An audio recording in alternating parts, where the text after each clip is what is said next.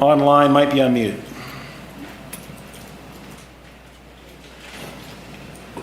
Director Rolfe. Here. Director Stevens. Here. And Director Odette, can you hear us clearly? We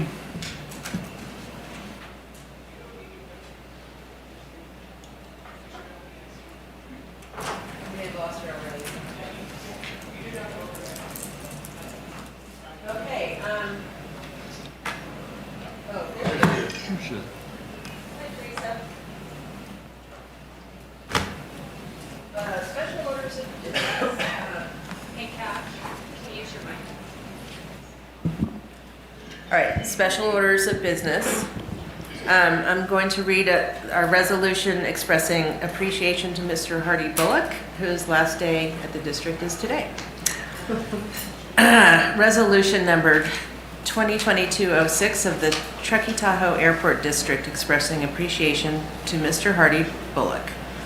Whereas Mr. Hardy Bullock will leave his duties as the Director of Aviation and Community Services at the Truckee Tahoe Airport District on June 22nd, 2022.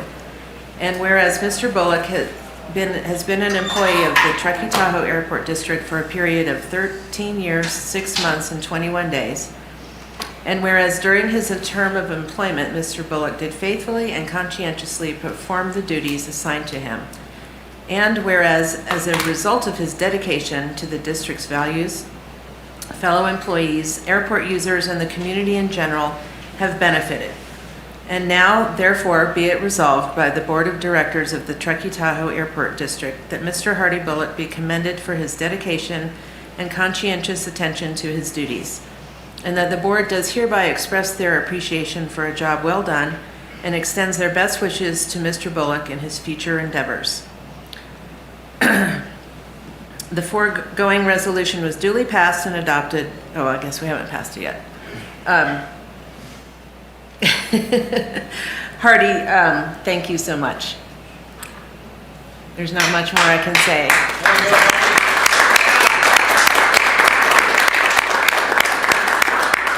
We're really going to miss you. We really hope things work well for you in the future.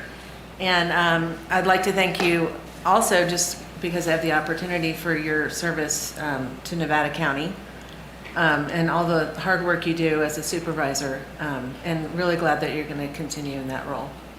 Thank you. Yeah, I really appreciate it. And being my last board meeting, I'm not going to say a lot, but I just wanted to express my sincere appreciation for this board, our staff, our team here at the airport, the community that we've worked with together, the tenants, the businesses that operate on the airfield, the passengers that have come and gone over 14 years, the community advisory team members, the people that are not in this room tonight but have been here to build brick by brick the airport that reflects the community that we serve today. I think it's, I'm really proud of doing those things together as a community, and we don't always agree, but we have always done it with integrity and passion, and that's something I really respect for every single member of this board and our staff and our team. And the biggest strength I think we have is the human asset, the human capital that is here today. I think when I leave here, it's going to be a genesis period for the airport, and I really have enjoyed my time working thus far with Rob. And I think you've got sage guidance and strong leadership with Rob sitting in this chair. I know that the team members that I'm leaving behind can call upon me at any time, day or night, for anything you may need. And like I said in my statement, I'm here to support the board, the community, and my team from here on out. And it's with that I just, again, say thank you so much for the opportunity that I've had here.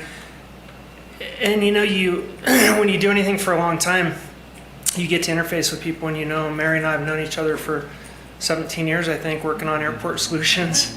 And we've seen our kids grow up and get raised, and all the humanity that comes with doing something for a long time.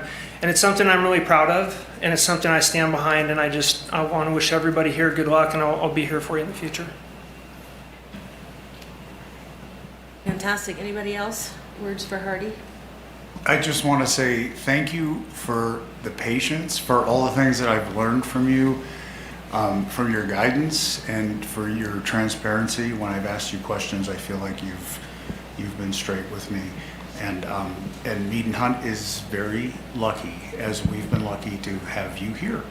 And I wish you just all the best in everything. And to echo what Kat said, thank you for remaining Supervisor Bullock. Yeah, thank you. That was much, much bigger than this airport district, and I really appreciate it. Thank you. Thank you, Hardy. I'm brief. Yes, thank you. And I'm gonna miss you. Ditto. I appreciate it. It's been real. Yes, it Yeah. All right, so Lauren, do we need to pass? You need a second. Oh, I second. Oh, do we need a motion? I'll make them. I guess this was the motion, and you seconded it. So, roll call. Director Diamond, Yes. Director Hetherington, Yes. Director Odette, Yes. Director Rolfe, Yes. Director Stevens. Yes. Okay. Modification of the agenda. Does anyone have any modifications to the agenda they would like to mention at this point? Okay. Speak your piece reminder. Lauren, can you pull that up so I can read it? I forgot to print that out.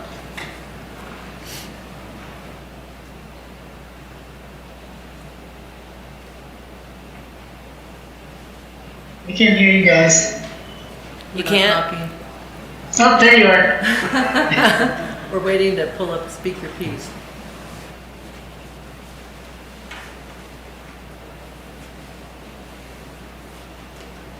Well, here. Oh, okay. This Mary's is got it. easier. Oh, that might be easier. Okay. Speak your piece reminders. Pay attention, be aware, and attend to the world and the people around you. Listen, focus on others in order to better understand their points of view. Welcome, be inclusive. Welcome all groups of citizens working for the greater good of the community. Don't gossip and don't accept when others choose to do so. Show respect, honor other people and their opinions, especially in the midst of a disagreement. Be agreeable. Look for opportunities to agree, don't contradict just to do so. Apologize. Be sincere and repair damaged relationships. Give constructive criticism. When disagreeing, stick to the issues and don't make a personal attack. And take responsibility. Don't shift responsibility and blame onto others. Share disagreements publicly. Thank you, Mary. Sure. Okay. Okay, now is the time for public comment. Anybody who has comment on any issue that's not on the agenda may approach. Hello. I'm Preston Parrish. I'm here on behalf of Tahoe Truckee Soaring Association. Awesome. I've prepared a brief 3-minute statement. Aviation experiences are one of the best ways to stimulate youth interest in STEM. I would know, since it has done so for me. This cannot be achieved in the classroom alone, and the aviation experiences I and many of my friends have had through programs offered here at Truckee Airport have directly influenced and set us up on a STEM career path as pilots, instructors, and engineers. And we need your help to support youth STEM and aviation skill development. Before I share my concerns, let me tell you a little bit more about myself. As I said, my name is Preston Parrish, and I have lived in Truckee for my entire life. Even though I'm only 19 years old, I've been involved with the Truckee Airport for half of my life. From my first flight as an 8-year-old with the Young Eagles to spending 7 years in the TTSA youth program. I devoted my time in summers to flying, and now my full-time job is taking customers flying on scenic adventures over Truckee and Tahoe. I fully intend to continue my college education while actively seeking all my pilot certificates. The programs offered here have influenced my life in the best way possible, and I wouldn't trade it for anything. Unfortunately, it appears to me that the current airport board doesn't seem to care as much about aviation youth programs that foster STEM interest in our community. The youth programs at TTSA, EAA, Young Eagles, and the Mission to Mars do not receive but do deserve similar funding as non-aviation youth programs. It appears to me that you are trying to shut down TTSA and other airport tenants by jacking up their rents, and yet non-aviation tenants are still receiving fair leases. Some of you voted against holding this year's air show, one of the greatest community events of the year, with more than 17,000 attendees, many of them being children and teens, and whose sponsorships generate important revenues for our local businesses and nonprofits. Shutting down airport operations and non-funding of youth aviation programs is not a sensible way to reduce noise.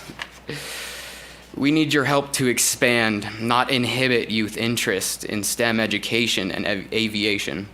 We need fair financial support for aviation education, events, and organizations that support community youth like myself. I ask you to step up your collaboration efforts with TTSA, EAA, and the Civil Air Patrol, and other organizations to support more youth-relevant events in the community in 2022 and beyond. They are all ready to work with you. Thank you for your time and consideration. Thank you, Preston. Good afternoon. John Jones, thank you for the opportunity to share some thoughts. I'd like to talk about noise and noise abatement. One of your mission statements up there says that you'd like to reduce the impact on airport neighbors. And I'd like to talk about a program of published visual approaches into this airport that was started 4 years ago. And if it was in place today, it would move over 1,000 jets and turboprops from the neighborhoods to the west of the airport to the 267 corridor and Lake Tahoe. Last year, you had roughly 5,100 jet transactions and 5,100 turboprop transactions. That's 2,500, over 2,500 jets landing at this airport, 90% of which land in visual conditions, and roughly 80% of those land on runway 29, which means they come and make a downwind across all those neighborhoods to the west of the airport, turn over Tahoe Donner, and then land on runway 29. They are all on instrument approaches coming into this airport. You have a tower. If the tower has an agreement with the Oakland Center, they will direct that traffic to an approach starting point over Lake Tahoe, and they'll land without going over any neighborhoods. I don't understand why it's still in the process of being developed. It addresses one of your key mission statements, and I would ask that you bring it to a higher level in your analysis of getting things done. I appreciate the comments that you guys have made over the years, but your mission statement is let's reduce noise. Please work with us to get that done. It means a lot to the communities and to the pilots. Thank you. Thank you, John. Hello, my name is Chris Henderson. At the last meeting, I submitted a written comment regarding the possibility of developing workforce housing on airport land with airport resources. I came today to introduce myself to all of you personally and let you know that I filed for election to the board this coming November. I also wanted to let you know that I commend you for the work you've all done thus far on reforming the district's finances, but that I think we can do more in that regard, and that my background in corporate finance, corporate governance, and philanthropic management gives me some skills and expertise that would be beneficial and relevant to the district. I hope to have the opportunity to meet with all of you in person at some point in the coming weeks, and thank you very much for your time. Thank you, Chris. Is there any public comment on the Zoom call? Oh, I have Tom Meadows. Hi, Tom. Thank you, Madam President.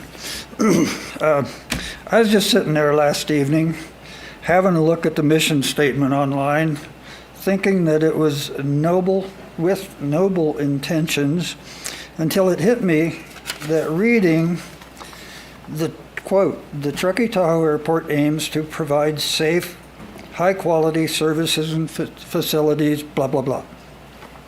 When I realized that that part of the mission statement is either untrue or being totally ignored because the board has refused to repair the roof on Hotel Row with no action taken to repair it for 5 years, half a decade since it was deemed to be in poor condition. Then I realized the mission statement doesn't have anything in it about safe, high-quality aviation services and facilities. There are plenty of aviation facilities that need to be taken care of, and yet the board has budgeted $1.2 million to throw out the door this year rather than spending it on the airport needs. TTAD notes to the basic financial statements, that's your CPA work, through, well, the statements from 2011 through 2021, mostly all of them are on page 23, but the one or two that are not on page 23, but they're very close. The, quote, "The district receives property taxes to support its operations," unquote. Maybe y'all didn't read that, but I did. The airport has a mission statement with all of the pretty verbiage that sounds good on the surface, but below the surface, the realities aren't so pretty. I recommend you fix the mission statement to include the word aviation. Thank you. Thank you, Tom. Okay, is there any other public comment? Doesn't look like it. Okay. All right, moving on to consent agenda. Someone like to make a motion? I move that we approve the consent agenda, items 1 through 8. Second. Roll call?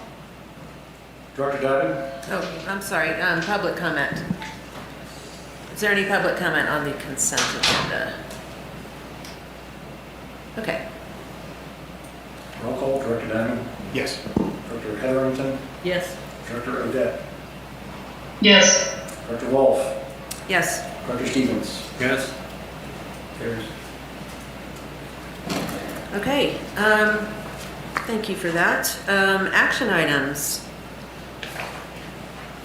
We have a presentation by Mr. David Featherman about the bioenergy scoping study.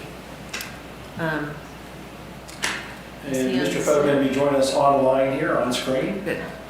and it has a presentation on screen as well. Good afternoon, are you able to hear me? Yes. We are. Go ahead, David. Okay, I'm actually going to turn my camera off to save some bandwidth, but I'll come back to take questions afterwards.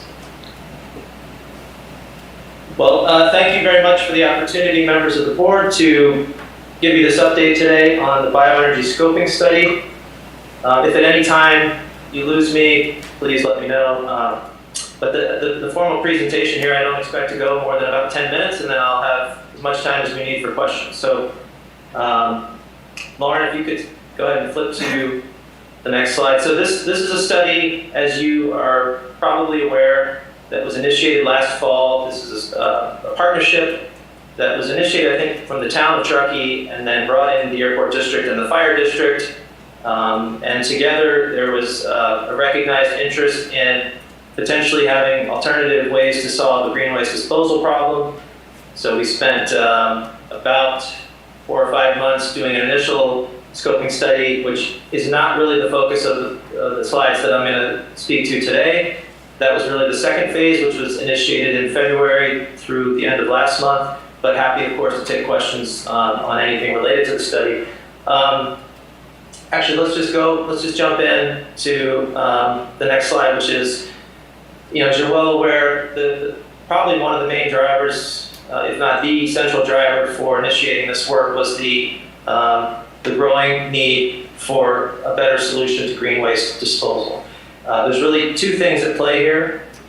One is the quantities of material are going to rapidly be increasing, or are already increasing, largely as a result of Measure T and associated programs.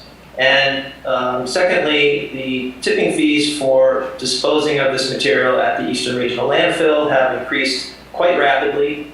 We looked at 3 years of data for disposal for the town programs and found that the rates have more than doubled since 2018, going from, I believe it was $6.35 a cubic yard to now $15 a cubic yard for disposing of green waste. So those two factors combined, when you look in the not too distant future, tell us that the town and the partners collectively are looking at a disposal cost in excess of $1 million a year simply to get rid of this material. So the genesis of the study was, are there better ways to use this productively? So the next slide, you have hopefully had a chance to at least take a look at the summary memo, which included a bunch of attachments. Some of those attachments were the scorecards that were kind of the main product of the scoping study. And so the evaluation, without getting into too much of the detail, but we took a very broad look initially at what we call community scale solutions to this problem. So what are some utilization pathways for the biomass material that are appropriate for a place like Truckee in terms of scale and operations? And then the other important piece was that we were technology agnostic, meaning we didn't decide in advance we wanted our own disposal system or that we wanted to make power. We just said there's a range of ways to use this material. Let's kind of take a broad look, see what we can find. In the end, we identified 7 different candidate solutions that we then evaluated through the scoring process, and all the partners were involved in that as an iterative process. At the end of phase, and I should add that the ways that we evaluated these candidates were all based on the triple bottom line idea of we want the economics to work, but we also care deeply about the environmental impacts and the social impacts on the community. So the criteria that we used to evaluate these reflected a range of those types of factors, as well as the strictly technology-based, what are the best technical solutions that are available for this. At the end of phase 1, we were narrowing the 7 candidates down to 4. There were some outstanding questions, and so we pushed a little further and spent the last couple months digging into those. That's the remainder of the slides will talk about what we found, and that led us essentially to the recommendation that we're presenting tonight. So next slide. So there were 6 items that we looked into further in phase 2. We met with TTSD to try to get a handle on whether the increase in tipping fees was going to continue in a linear fashion or whether it was stabilizing, and are told that they believe that it's largely stabilized at this point. Of course, there's no guarantees there.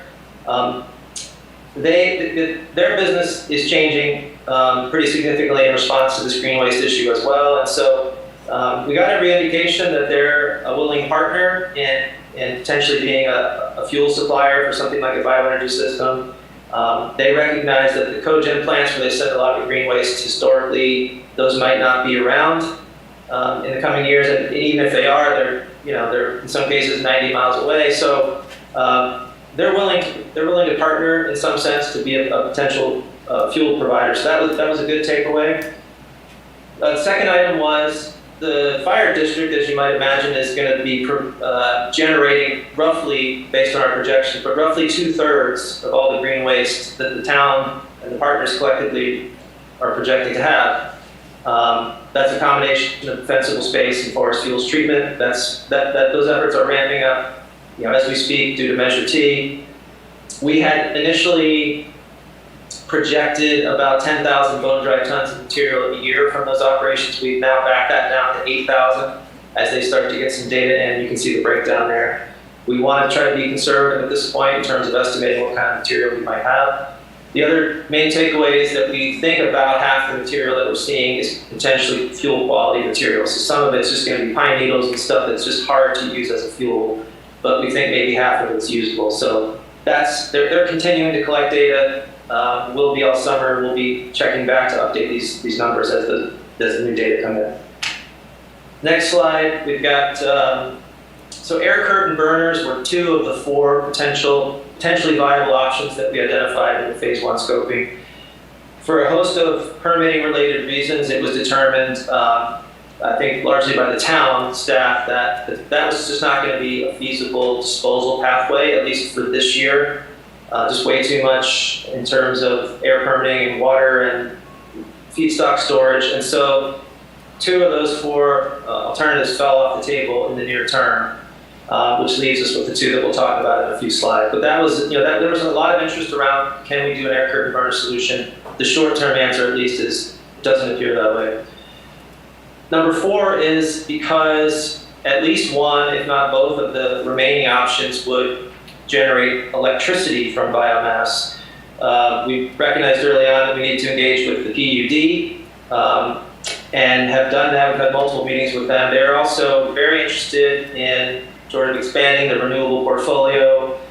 They recognize biomass, if this material is a waste material and there's something productive we can do with it, they're all for that. When we get into the alternatives, I'll talk a little bit more about the microgrid option, which is something that both the partners and the PUD seem to be interested in. But this would be essentially having a power purchase agreement for a larger facility with the PUD, or in the case of a smaller behind-the-meter generation, something like a net metering agreement. They appear to be absolutely willing to try to come up with a solution to serve one or both of those scenarios. So no showstoppers there. Next slide, please.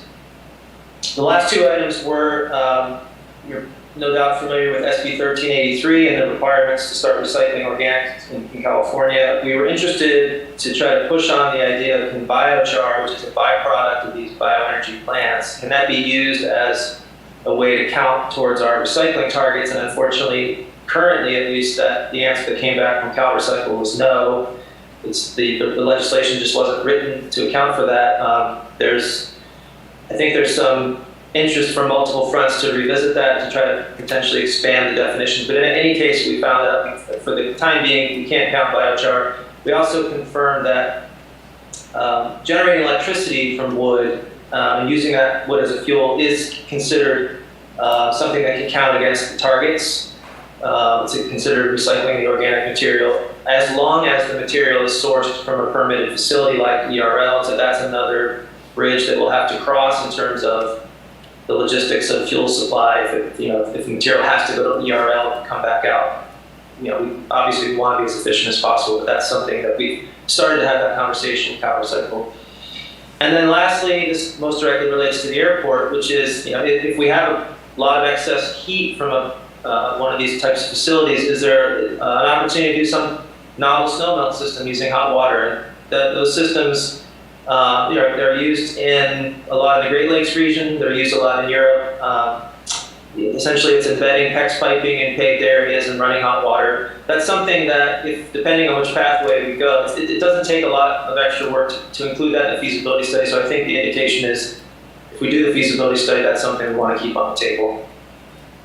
So the next slide is sort of where we ended up, which is we've got these 2 options. The first is the biomass power option, which for purposes of just doing rough order of magnitude capital and operating cost estimates, we looked at something like a 1 megawatt gasification system that would be coupled with an engine or turbine generator that would basically use the syngas produced by the gasifier to make electricity. Something this size would use roughly 6,000 bone-dry tons of material per year, and that is about half of what we're expecting as the Measure T ramps up. If you caught that in the first slide, I think it said we're expecting 12,000 tons a year, and again, half of that hopefully would be fuel quality. So this was sized as a starting point anyway to roughly match that. The really interesting potential benefit here is the option of supplying a microgrid during a PSOM event or just other grid outage. And we met specifically a few weeks ago with the PUD. They brought their circuit maps. We looked at infrastructure, both existing and planned. And it actually appears that a facility like this that was sited somewhere near, I guess it would be the southwestern side of the airport property, would actually be located in an area that could potentially supply a microgrid to keep really critical infrastructure like the airport, fire station, the town hall, police department, potentially up and running during a grid outage. So that is something the PUD is interested in from a resilience standpoint, and the town is certainly interested. So that's probably one of the most compelling benefits of option A. Option B is a combined heat and biochar system, which is just what it sounds like. It makes heat that would typically be used in some sort of district heating application to offset heating load, space heating, process heating, whatever. This also makes a significant amount of biochar. The biomass power plant, the gasifier, would make biochar as well, but something on the order of 10% of the feedstock would end up as char. A plant like this would be something more like 25% of the material, and it has a higher throughput. So this pathway is generating a significant amount of biochar that essentially you would need to have a market for that material in order to recover capital costs for the facility. So it's a different approach, not wholly different from a technology standpoint than gasification, but just a different set of outputs here. And the other interesting potential benefit here, as opposed to the gasifier, is this can be a modular system, so that if 5 or 10 years down the road we have a lot more material than we anticipated, we could potentially scale this up much more readily than something like a gasifier, which is more like a sort of a fixed asset, capital type plant. So kind of a different approach. And actually the last 2 slides are just some visuals for what these things might look like. So you can flip to the next slide. Well, this is just a representative small scale gasifier in Europe. This is I think this is about a half meg, maybe a little bit smaller. But the facility itself the footprint wouldn't be much larger than this. It's just additional equipment for, say, a megawatt size system. So these can be scaled appropriate to the community. They can, have architectural features that are desirable. It doesn't necessarily have to be this sort of big, obvious industrial type facility.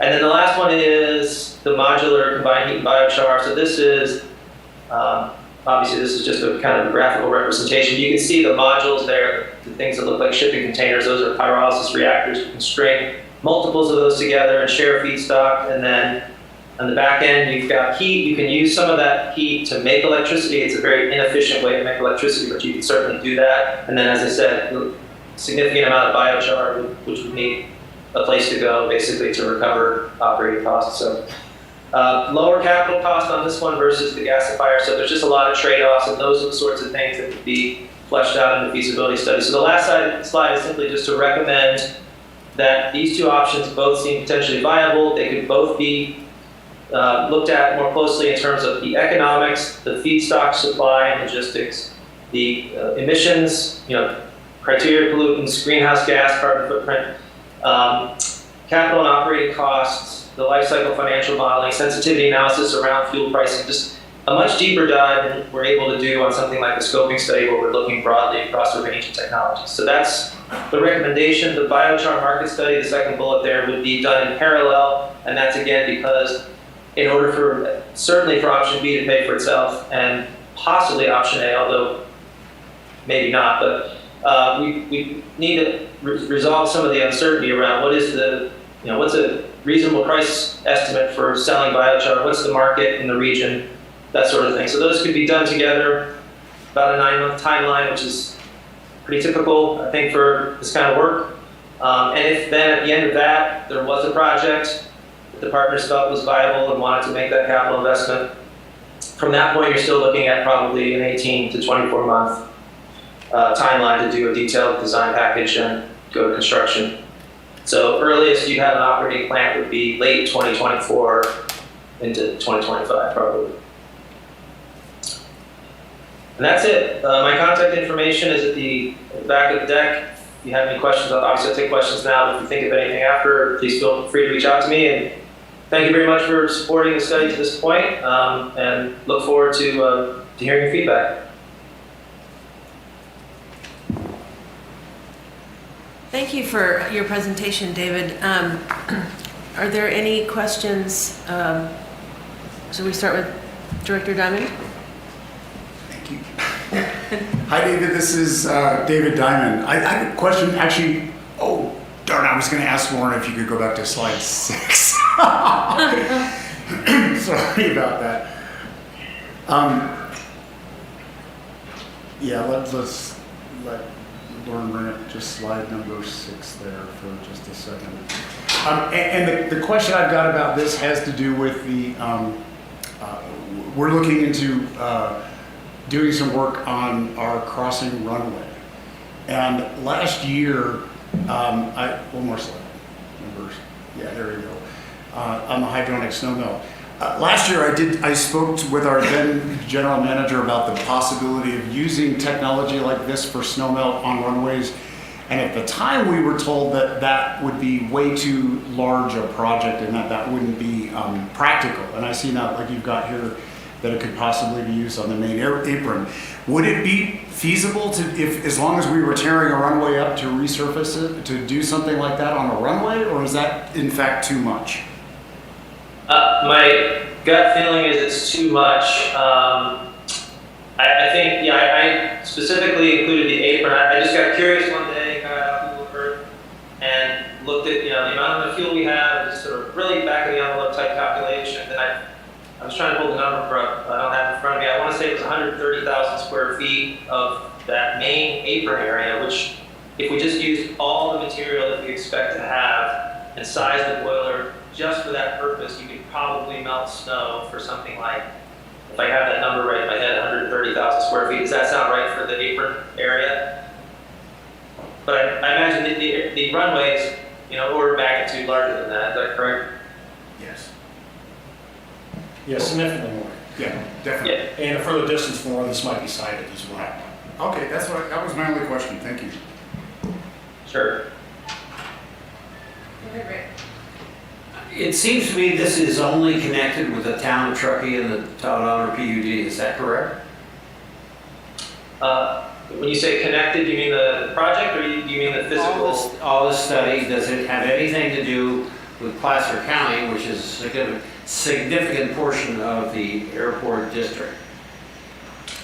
The fire district as well is a participant in this. Yeah, the three partners are the fire district, the town, and the airport district in terms of the material that we looked at coming in, projections, and initially, so the scoping study, when it was presented initially, was we have a cluster of facilities, and this is in the memo, or at least in the attachments. We have a cluster of facilities being the main airport terminal administration building, the warehouse office building, and the maintenance facility, and then as well, kind of just kind of across the way, the fire station and the town hall. If we built a facility, say, along the lines of what's happening at the North Star Village, which is a project which is a district heating project that's underway to send hot water down to the village through heating and offset natural gas heating, could we do something like that? And the economics just were not there. It actually wasn't even close on the heating side. But we did look at that. So I'm not sure if that answers the question, but the system boundary of the analysis was these 5 facilities, and then Rick, I'll just jump in for a minute while David's reconnecting there. The town of Truckee did hear this, did approve phase 2 of a study scoping to move forward, and part of that was looking at grant opportunities and other funding partners to participate in this as well. And I think that might be where Placer County might come in this project.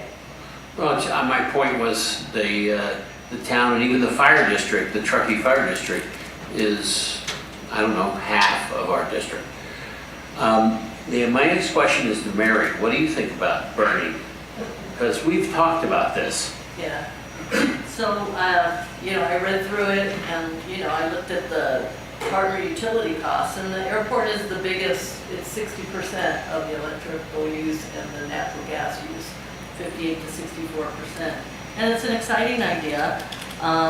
There are some questions that I'm hoping would be addressed. I work in power plant emissions on big 500 megawatt plant, so I have some familiarity with it. And in terms of emissions being one of the things, I assume you would be talking about emissions and permitting costs. Emissions, particularly, you had talked about it being in the southwest corner, which is at the end of 29. That's what I understood. And that ties into the operations of this and when it cycles on and off, either of these units. And I know on big plants, when you're doing a startup, on big plants, it can be an hour, it can be 3 hours of a startup. And during that time period, you have different emission limits. And there was the idea that there could be smoke at that period on startup and shutdown. And I would like that addressed because that is a runway and I would be very concerned for aircraft. If that is an issue of, is this plant going to start up or shut down every day? And every time it starts up and shuts down, how much smoke opacity would we expect? So I'm hoping that's going to be part of the report. It will, and if you'd like, I could give you a very brief answer to that, which is that it would not start up and shut down daily. We would estimate operating hours, as high as 8,000 hours a year, but conservatively maybe 7,600 hours a year. So there would be a couple periods a year for the plant to come down and do some regularly scheduled maintenance. The gasification system, you probably have to overhaul some of either the engine or the turbine system every 5,000 to 8,000 operating hours. So this is, once a year, maybe every 9 months, where you have to do maybe a longer shutdown. But this is certainly not something that we cycle on and off on a daily basis. Okay, because the overhaul period was another question I had in terms of that, because I assume the cost of that is factored in as well, because, and there's always an upset. And in terms of staffing on this, I assume that all of that will somehow be addressed in this report, because that's, I don't want to know just best case. I mean, and that's what you were talking about with the sensitivity analysis and doing your pro forma. I assume will include all that. The other aspects that I had some interest in were the time frame. It seemed like your pro forma was geared towards 25 years. I saw that mentioned in a few places. I know Measure T is a 7-8 year period, and the Forest Service is going to continue. But I am concerned that we could end up in a place where we would have to import material, and that if that is part of the situation, I would want to know now. Yeah. So that is absolutely on point. I'll just echo that by saying that the feedstock supply is everything. Yeah. And so considerable attention right out the gate on feasibility. In fact, probably more than any other item on the feasibility study, we'll be looking at the feedstock supply. The quality of the material matters. Certainly the quantity, the long-term expectation of what the supply looks like. The 25 years was just kind of the starting point, kind of a typical, but because that's the life cycle of the plant. Design life would be in the 20-25 year range. But I hear your concern that Measure T doesn't go out nearly that far. And what does the landscape look like after that? I need that addressed. And the other aspect that you bring up in terms of, it's an 8,760 hour year. And if it's running 7,000 hours, how are you keeping the feedstock dry? Because we have snow, and you're going to have a building to stockpile this. You're going to have some place where you're chipping it. All of that somehow needs to be addressed. You're not going to have just material in the summertime. No, that's exactly right. In fact, you're going to have the material. Yeah, if it's a heating application, you usually have the material when you don't need it, vice versa. But no, that's again where the partnership potentially with TTSD is critical, and because we've had this discussion with the fire district, because they're generating roughly 2/3 of all this material. Do we want to really take on that kind of operational enterprise and having heavy equipment and operators and storage facility, or can we partner with TTSD, who's probably much better positioned to do that stuff? But then we certainly don't want to double pay for the material. We don't want to pay to tip it there and then pay to buy it back. It's a critical piece of this of solving this challenge, is making that side of it work. The technology is there. I mean, it's not, certainly a combustion system is much more straightforward, but the gasification technology is not new. Cleaning the gas, the size is not an issue, but the feedstock definitely drives it. Is there a catalyst on the emission end? That would be the kind of thing where if the NOx wasn't, There's not a catalyst for... Yeah, a certain vendor or supplier that was showing us a NOx number that we didn't like, then we have to look into, some sort of CR system. Yeah. But that's something that's doable at that scale. And of course, it's costs. But And one battery in your feedstock can trash your catalyst, which is hundreds of thousands of dollars. So, being aware of that. And the feedstock is everything, like you say. It absolutely is. PTSD was of the same mind when we met with them too. Right. So, and you're possibly aware too, just since we're talking about feedstock, that like I said, the North Star project is a heating project that's about 2 years ahead of where the partners are at this point. And I was involved heavily on that project for a couple of years. And there's the resurrection of the Cabin Creek project. You maybe heard about potentially another biomass energy plant, but so those entities are starting to work together to look at this long-term feedstock outlook. And initially, at least, it's becoming apparent that even with all three of those plants online, there's still way more material that could be consumed. But that's evolving, I think, understanding. And so I've just been invited to start sitting in on those monthly meetings, and so that will be wrapped into this feasibility study, just that sort of situational awareness of what else is going on in the region. Okay, because at Cabin Creek, that was going to be a 1 megawatt or a 10 megawatt plant. It was a small cogen. It's bigger, yeah. It's bigger. It might be more like the 5 or 10 Maybe size. 10. That was maybe 10 years ago. And the last thing is the biochar. And, I read up on that and I looked at some of the research on it. Google knows everything. And some of those technical studies in terms of the biochar being used as a soil amendment, but that seems like that would be primarily in agriculture. So is that something then that we're going to be trucking this biochar off the hill and those costs that would be incurred as such? Because we have trees, we don't have a very big agricultural component. That's right. So, right. So that gets right to the need for the market study.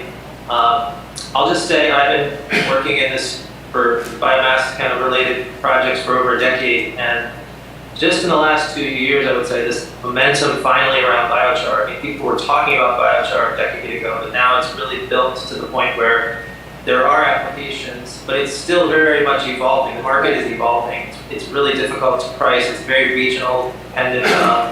But to your point, water filtration is an area where biochar is starting to get a lot of looks, as basically as an alternative to activated carbon medium.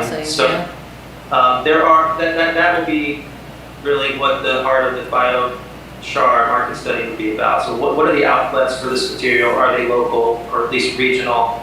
And what's the pricing that we could possibly expect at that quantity? Because if you look at those numbers, they're all over the place on a cubic yard basis. So I see that it's 90,000 plus 30,000 to do the next level of study, which is 120, and I assume that's being shared between us, the town, and the fire department, or is that all us, 120,000?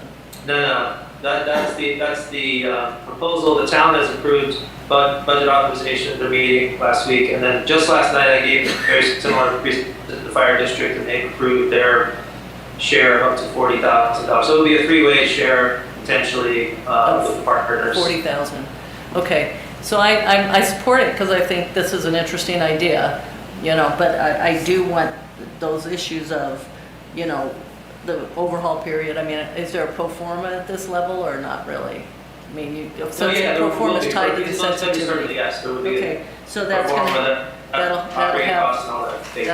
that'll have your overhaul period. It will have the time frame. It will have your startup shutdown frequency. You're going to be addressing smoke, because there are upsets. Never met a plant that didn't have upsets. Absolutely. And that needs to somehow be factored in.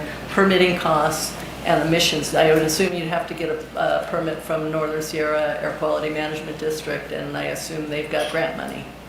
And everybody else is supportive of this, and as long, and I can make the motion to approve this, but I want those things addressed in your study. Very good. Thank you. Will do. Teresa, do you have any questions? No. Thank you. Informative, but Mary's the expert on this stuff. Yeah. Okay, is there any public comment? All right, would anyone like to make a motion? I move to accept the Truckee Bioenergy Scoping Study and authorize staff to continue to work with partners to explore the next phase of potential bioenergy opportunities that benefit the Truckee Tahoe Airport District and community. And that it will address the issues that I brought up. And it will address the issues that Mary brought up. I'll second it. All right, roll call. Director Diamond, Yes. Director Hetherington, Yes. Director Odette, Yes. Director Rolfe, Yes. Director Stevens. Yes. Thank you. All right. Thank you, David.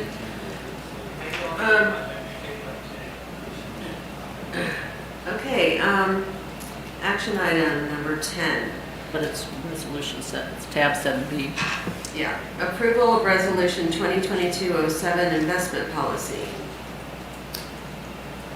Does anybody have any questions about this? No? Is there any public comment? Okay. Yeah. Oh, okay.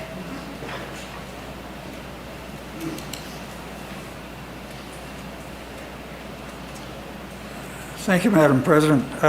Yeah, my concern is where would this be? I think down at the end of 2-9 is not a good place. I think on Shondell Way is not a good place.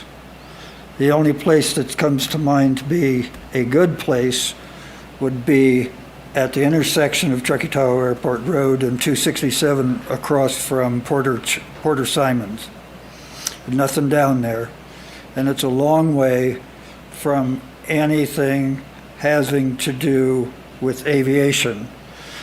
I'm not a proponent of having non-aviation stuff on an airport, but if this is the only place that you're going to consider, the airport being the only place to be considered, then it should be stuck out there where it's not part of the airport action.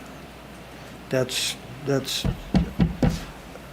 just bugs me that, yeah, anyway, that's fine. That's good. Thank you. Thank you. Okay, back to the resolution. Does anybody want to make a motion? I'll make a motion to approve resolution number 2022-07 of the Truckee Tahoe Airport District, adoption of district investment policy and delegation of investment authority to district treasurer, and waive the reading. I will second that motion. Director Diamond. Yes. Director Diamond. Yes. Director Hetherington. Yes. Director Odette. Yes. Director Rolfe. Yes. Director Stevens. Yes. All right. Additional FTE staffing request. Are there any questions about this? Board members? Yes, David? I do. There's two positions here. One is administrative and the other one is operations and maintenance. And I had different thoughts on both of these. Without getting into the micromanaging aspect of it, I would feel much more comfortable before we make decisions about this, that the decisions are being made by a full-time general manager, by our final general manager. And I know that that's a discussion that we've got on there right now, especially with regard to the administrative position, because we're talking about creating a position and then moving a position someplace else. And I would just feel more confident if I knew that the person who was making that decision was here for the long term. Unless there's some urgency on that right now, I would like that to be considered. And then on the operations and maintenance, if that is required, I think we would know that. You know, Dave is here for a while, so I would feel kind of like if we're going to move forward with that, I would move forward with that on Dave's recommendation to move forward with that. I would just wonder on the other one if we should wait for organizational changes until we've got that established. Just my thought. Okay, Rick. Well, I would like to know what our interim GM recommends. Are you recommending we take action, Rob? Yes, my recommendation is consistent with the staff report you have, and that's move both those positions to full-time.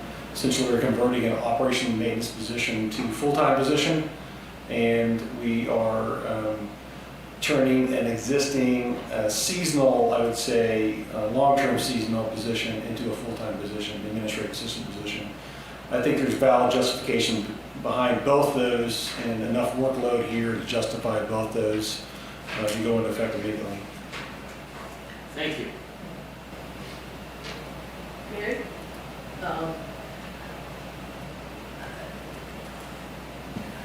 I'll defer to your requirement that you needed. I just was, looking at the tables that were put together on the full-time employees.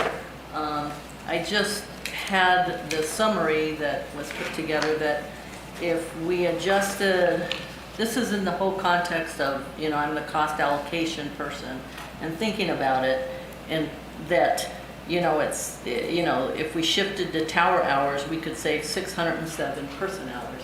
If we discontinued 100 low lead full serve, we could save 541 person hours. That's one half time, full-time, 1/2 hour person, 1,000 hours there, if we did those sort of things.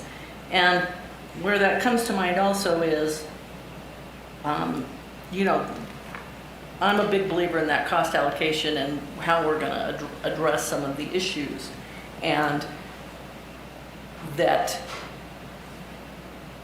are we going to continue doing all the things that we're doing? Like if we're subsidizing full serve fuel to the tune of losing $4 a gallon, but we're subsidizing to the local jet fuel operators $1.38 fuel, if those shouldn't be more in line, and if we didn't have full serve low lead, would that then we could give a discount to AvFuel? And in case then, we wouldn't maybe have so much time and be losing $4 a gallon to full service low lead. So in the context of, I trust Dave that he needs people. I think we're the same number that we've always been.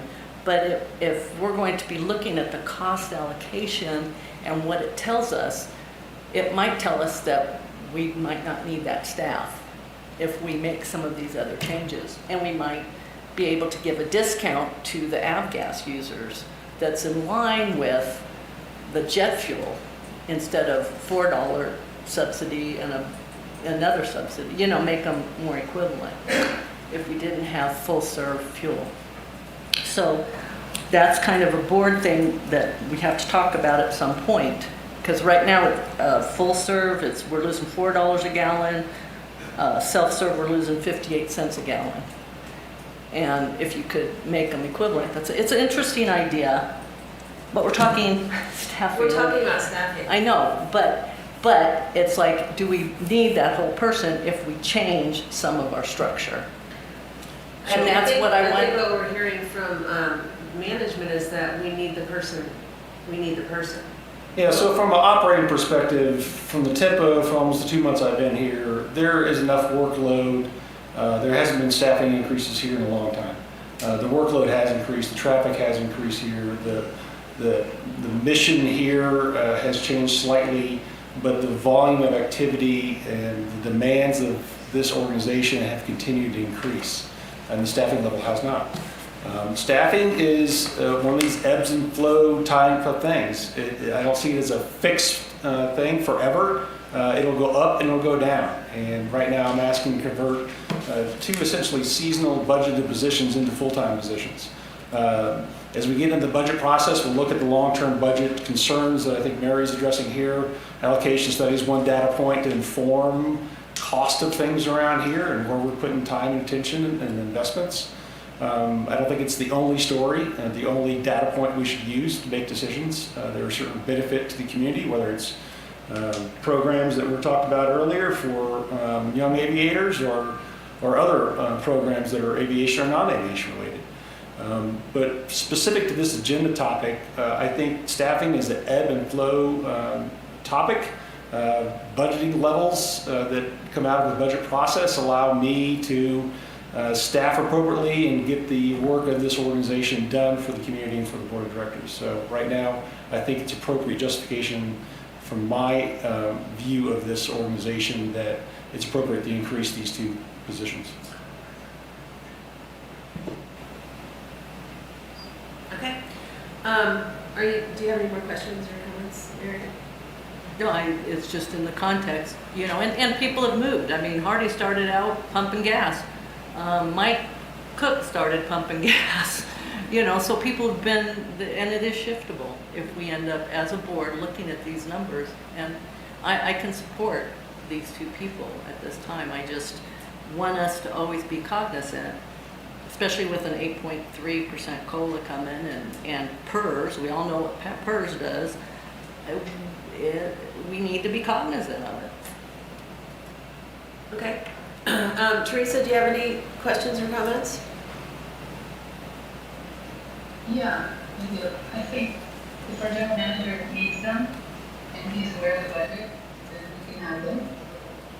And the second thing is I think we're all, I would venture to say everyone on the board, cognizant of cost allocation and funding all the time. Thank you, Teresa.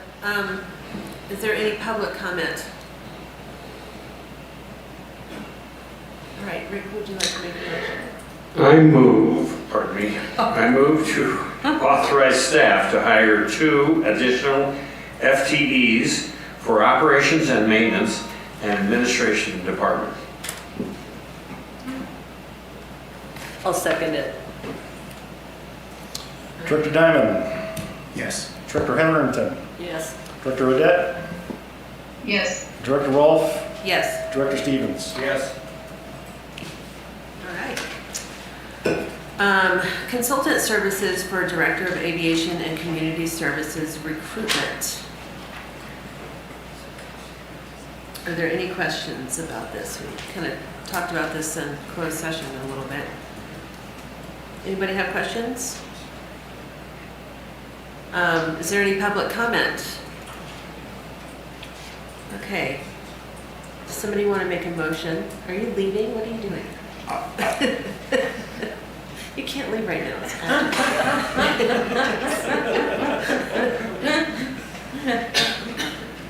Quick. Come on, David. Yeah, I need to authorize President Rolfe and General Manager Rob Ettenmeyer to seek and select a consultant vendor for executive recruitment services for the Director of Aviation and Community Services position, consistent with SPI 303 expenditure authorization procurement with a contract not to exceed $50,000. I'll second it. Director Diamond. Yes. Director Hetherington. Yes. Director Odette. Director Odette. Yes. Thank you. Director Rolfe Yes. and Director Stevens. Sorry to make you last. You go ahead, I won't be that long. I'm old.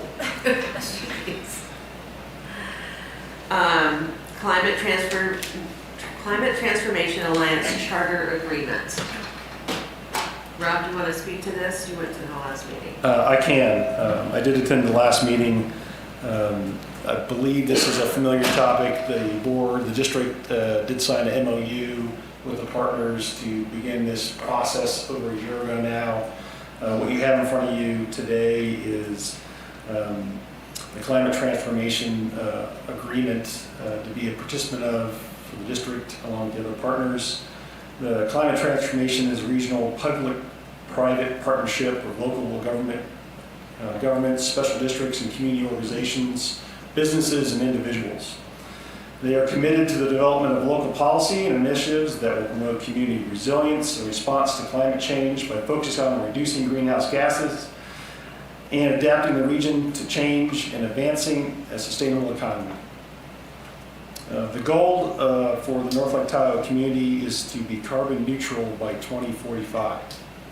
And participation in the Climate Transformation Alliance by the district is what's before you today, and I recommend and seek the district board's approval. All right, are there any questions? Questions? You do have a couple? Go ahead.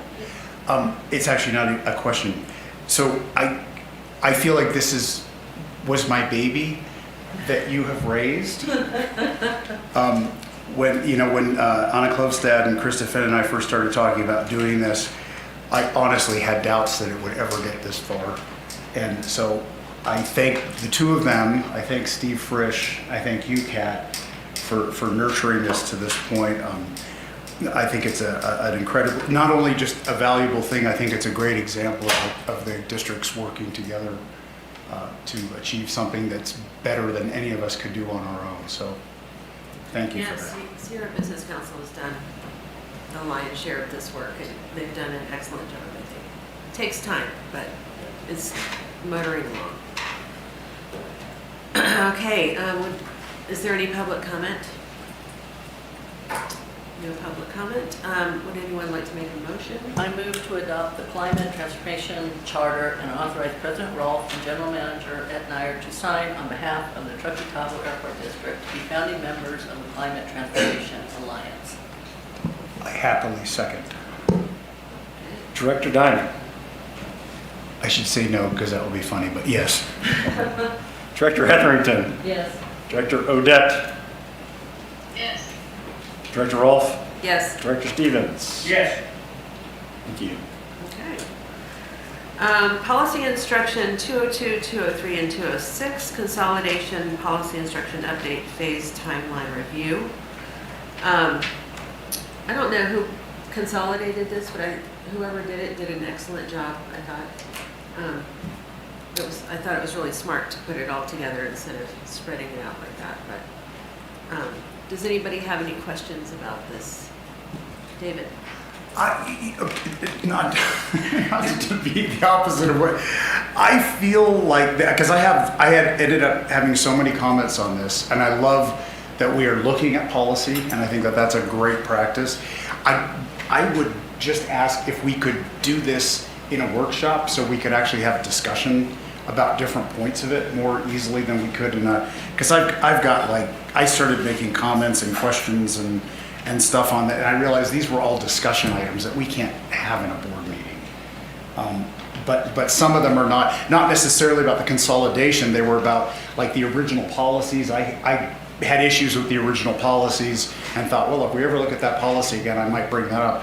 And now we're combining them, and some of those parts are still they're now in the combined new document. I feel let's have a conversation about these things that's, I feel, workshop more in depth than this. But Director Diamond, just to clarify, if you would like, you could discuss those. I mean, part of this consolidation is also, potential amendments to those policy instructions.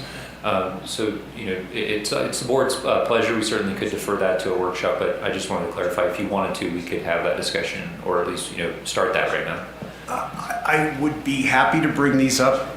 It would be a huge discussion. And I feel like it might not be, especially with Teresa not in the room, this just might be something that's just, I can't, if it's the board's will to bring these up now, I would be happy to do that, but I'd like to hear what everybody else has to say about it and then maybe decide at that point. I went through it side by side with the old policies, and it's to a large extent they're have just been put into one document. There are some changes that kind of bothered me. And I think, in our workshop, we talked about them, and, but we got into other things as well. And there are things in here I would want to talk about too, in greater detail. And I think we're supposed to be meeting in July. There was a doodle for something in July coming up. There's not any current date set right now, and there is, we can talk about that a little bit later. So, I would like to, and we were supposed to, after that meeting, get our comments to you. And my old people really got exploded, so. I have to go to Chico for the 90-year-olds often, and more often. So things explode there.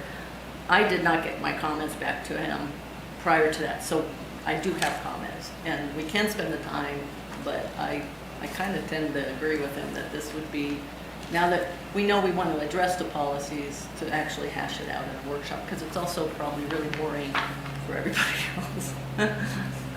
That's my thought. If I can just add, part of the concern for me is that I don't just have comments, I want to discuss stuff with the board. Like, how do you feel about this, or how would you feel? And that's where I feel like we get off scope in a standard meeting with this. That just it. Okay. Thoughts, Rick? I didn't read them. I was bored. So I did take the comments that were provided to me at the workshop by Rick and Teresa and everybody on the board that was able to make comments either at the workshop or afterwards. And I took those comments and edits and put it in the document you have now and combined them all together because it seemed like it was all similar type of topics under board policy instruction around board meetings and board business. Absolutely, if it's subject to another workshop to further discuss these, I think that's a great idea and still moves it forward. How about you, Teresa? I read it, I think it's perfect, or it's supposed to be perfect. I can't hear you. I don't know that I want to spend a day talking about it again. Can you guys hear me okay? Yeah. So I would be inclined to approve it as is. I think Rob did a great job of pulling everything together. And we can change these things anytime, as we know. Okay, I mostly agree with Teresa, but I also see the value in getting into discussion about, and I think this is really important stuff. I would recommend, if we workshop it, that we all do a lot of homework ahead of time, so we don't spend as much time. Because it is but I think everybody's interested in it, except Rick, who's. Thank you, Kat. So I'm going to go home and read them tonight. Okay. So maybe we just put these to the side for now, and we'll come back to them and look forward to that discussion with everybody. Okay. Okay. All right. All right, Air Show Committee update. David Love, are you still there? There you are. I'm here. Good evening, everybody. Thanks for your time. We're basically a month out, reminding everyone it's Saturday, July 23rd. So we're meeting like twice a week and 3 times a week to get things lined up. Take a look at our website. We've added a tremendous amount of new information and depth on what we're going to do that day, and a lot of background information. Recommend to your friends if they want to know more about what we're doing. Quick overview of the day. We've set our schedule now. So we will begin the air show at 10:15. We'll open the gates about 9 o'clock, and there's food and breakfast and a lot of other stuff for people to do as they get organized. We're going to start out with the Mountain Bells, and they're going to do the national anthem for us. And then we fly aircraft until noon. At noon we take a break, allowing people to go see the vendors, get a bite to eat, see our statics, and I'll be the MC for Colonel Bud Anderson's presentation with us. Reminding you again, Colonel Anderson is currently the leading highest scoring ace in the United States, and he turned 100 in January. And it's pretty amazing to listen to this man. It's history in the making. We'll repeat the show at 1:30 in the afternoon again. We found a lot of folks come either morning or afternoon. Makes it a lot easier for our parking issues. It also allows young people who can't take more than about 2 to 3 hours out there to go home with mom and dad, and not be so cranky.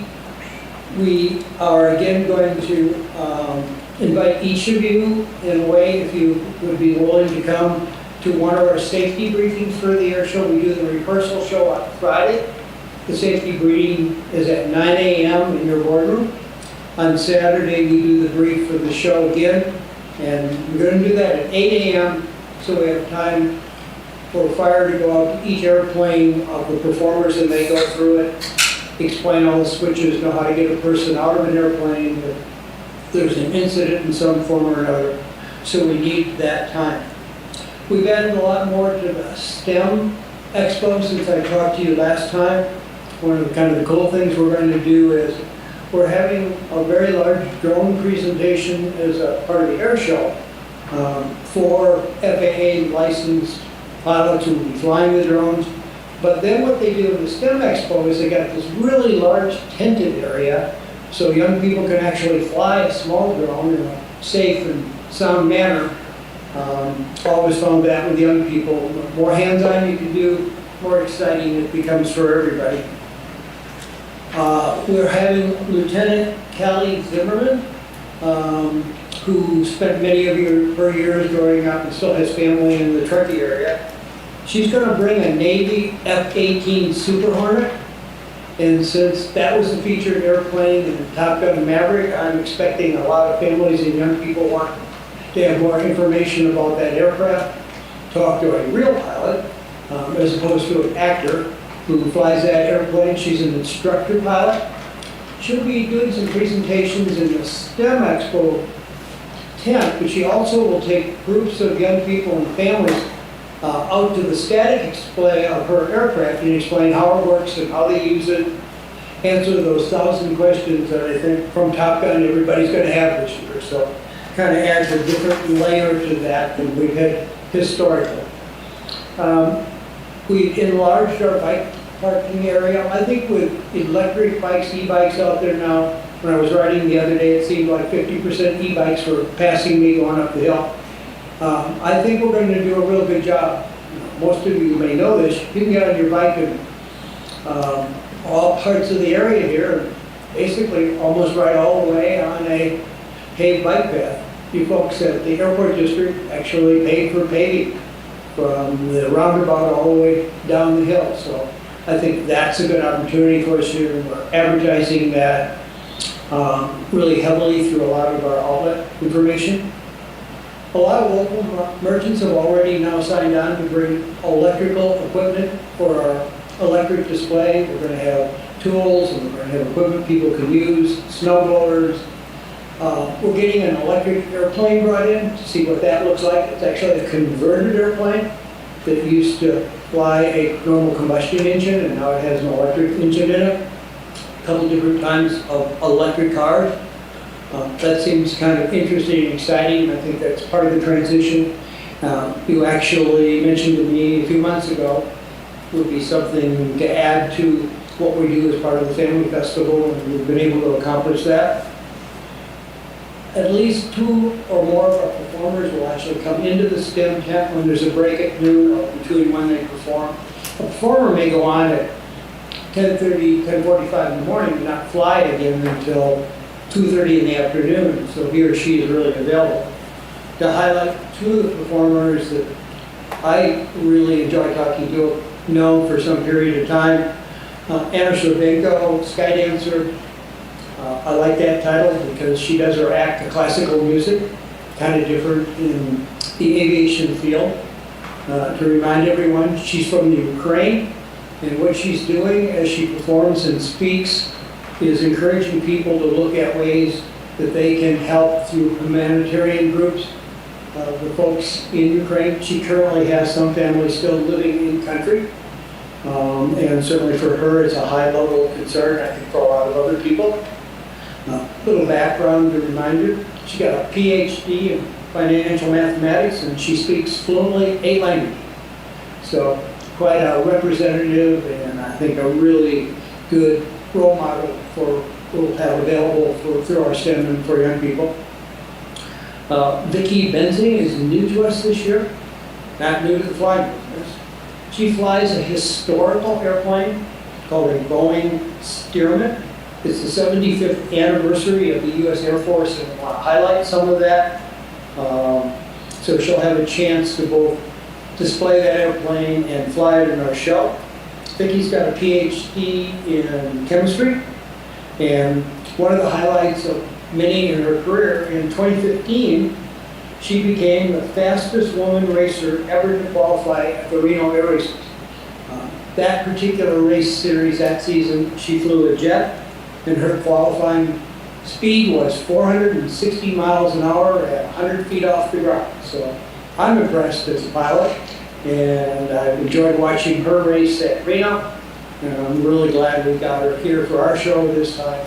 We've tried in previous years and she had conflicts, but it just all worked out perfect. She's actually going to fill up her airplane after her act in the afternoon and head out for Oshkosh.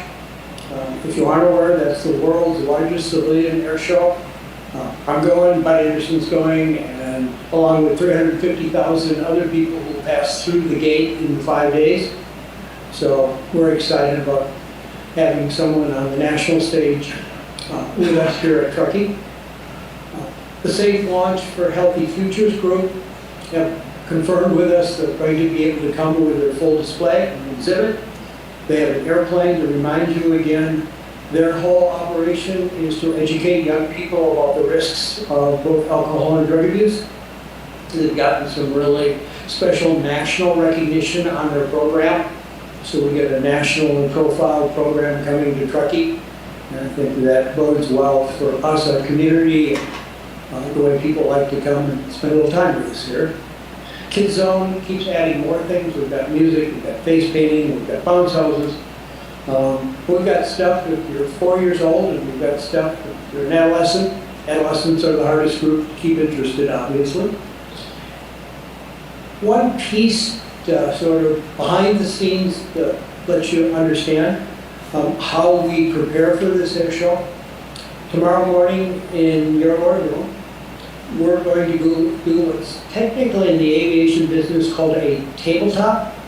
What it is actually is we've developed 3 potential disaster scenarios, 2 involving aircraft accidents in one form or another, and one actually for this year we've added an active shooter scenario.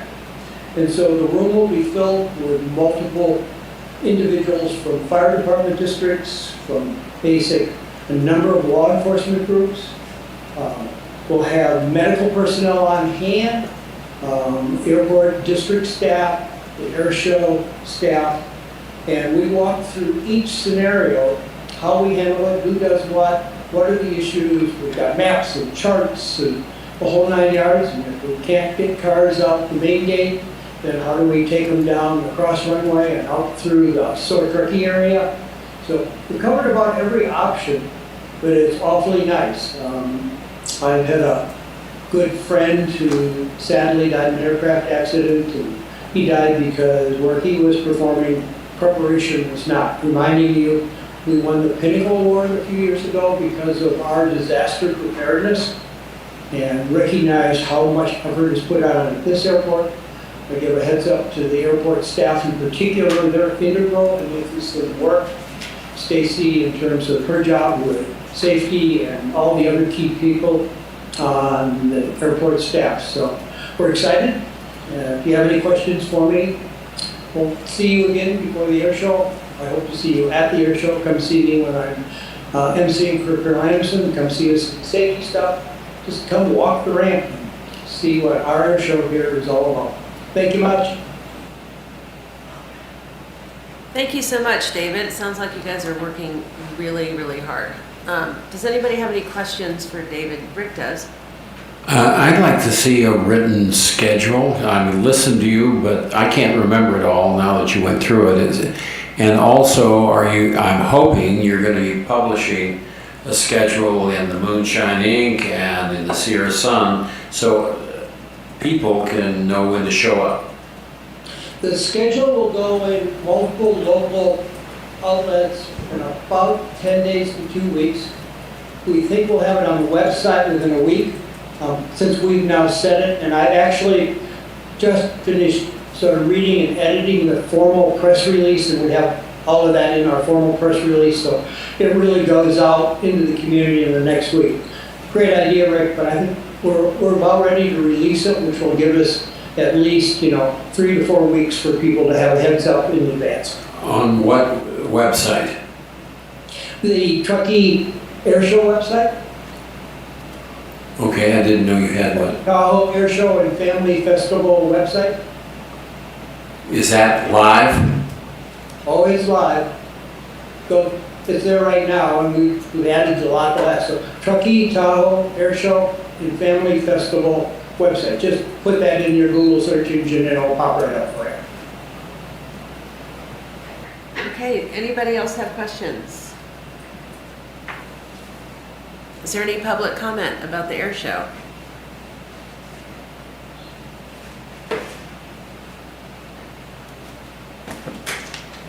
Hello, Jan. Hello, President Rolfe and board members. Thank you. My name is Jan Holland. I live here in Truckee. Not long ago, lived in Olympic Heights when we could, from our deck, watch most of the air show, and we appreciated that. I just wanted to thank David Love and his team for putting the air show on. I think it's one of those community assets that is really hard to put a number to. I recognize, and I do appreciate that the board has supported the air show this year and invested the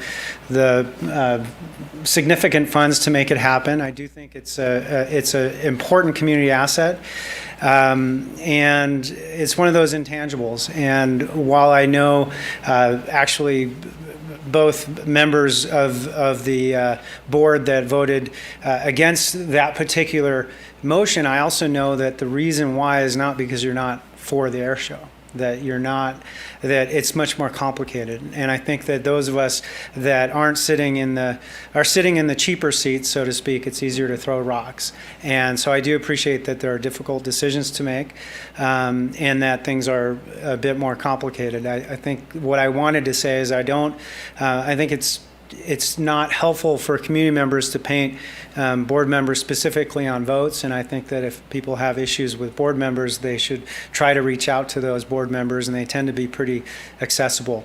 I'm not going to ramble on, but I do want to leave one last thing, is that while I really applaud the study that is taking place, and that we are looking at all the expenditures that the airport's making in a very analytical way. I think there's a lot of things like the air show that have a lot of intangible benefits, and I ask that you are looking at your decisions that you make both through the lens of financial discipline and the lens of community benefit, and that I strongly believe that the Truckee Tahoe Airport does a lot of amazing things for the community, and this program, the air show, is one of those. So, thank you. Thanks. Okay, any more public comments? No. Thank you very much, David. We look forward to it. Thank you. It's just a month away, huh? Not getting here quick. Yeah. President Rolfe, I believe we have an online comment. Oh, I'm sorry, Todd. Yes. Would you like to make a public comment? Thank you. David, thanks for your work. I recognize how important the air show is for you and for the community, even though I may not agree with all of the events. And I'm very happy to hear you're doing some disaster scenarios given the air show is just work days prior to the anniversary of our last terrible accident, I asked that in just raising confidence and spreading knowledge, if the public will be made or given access to watch you guys go through the scenarios. I think that would be very helpful. I understand it's either tomorrow, if I heard right. So if that is something that you can support, I would really like to attend. Thank you. Thank you much.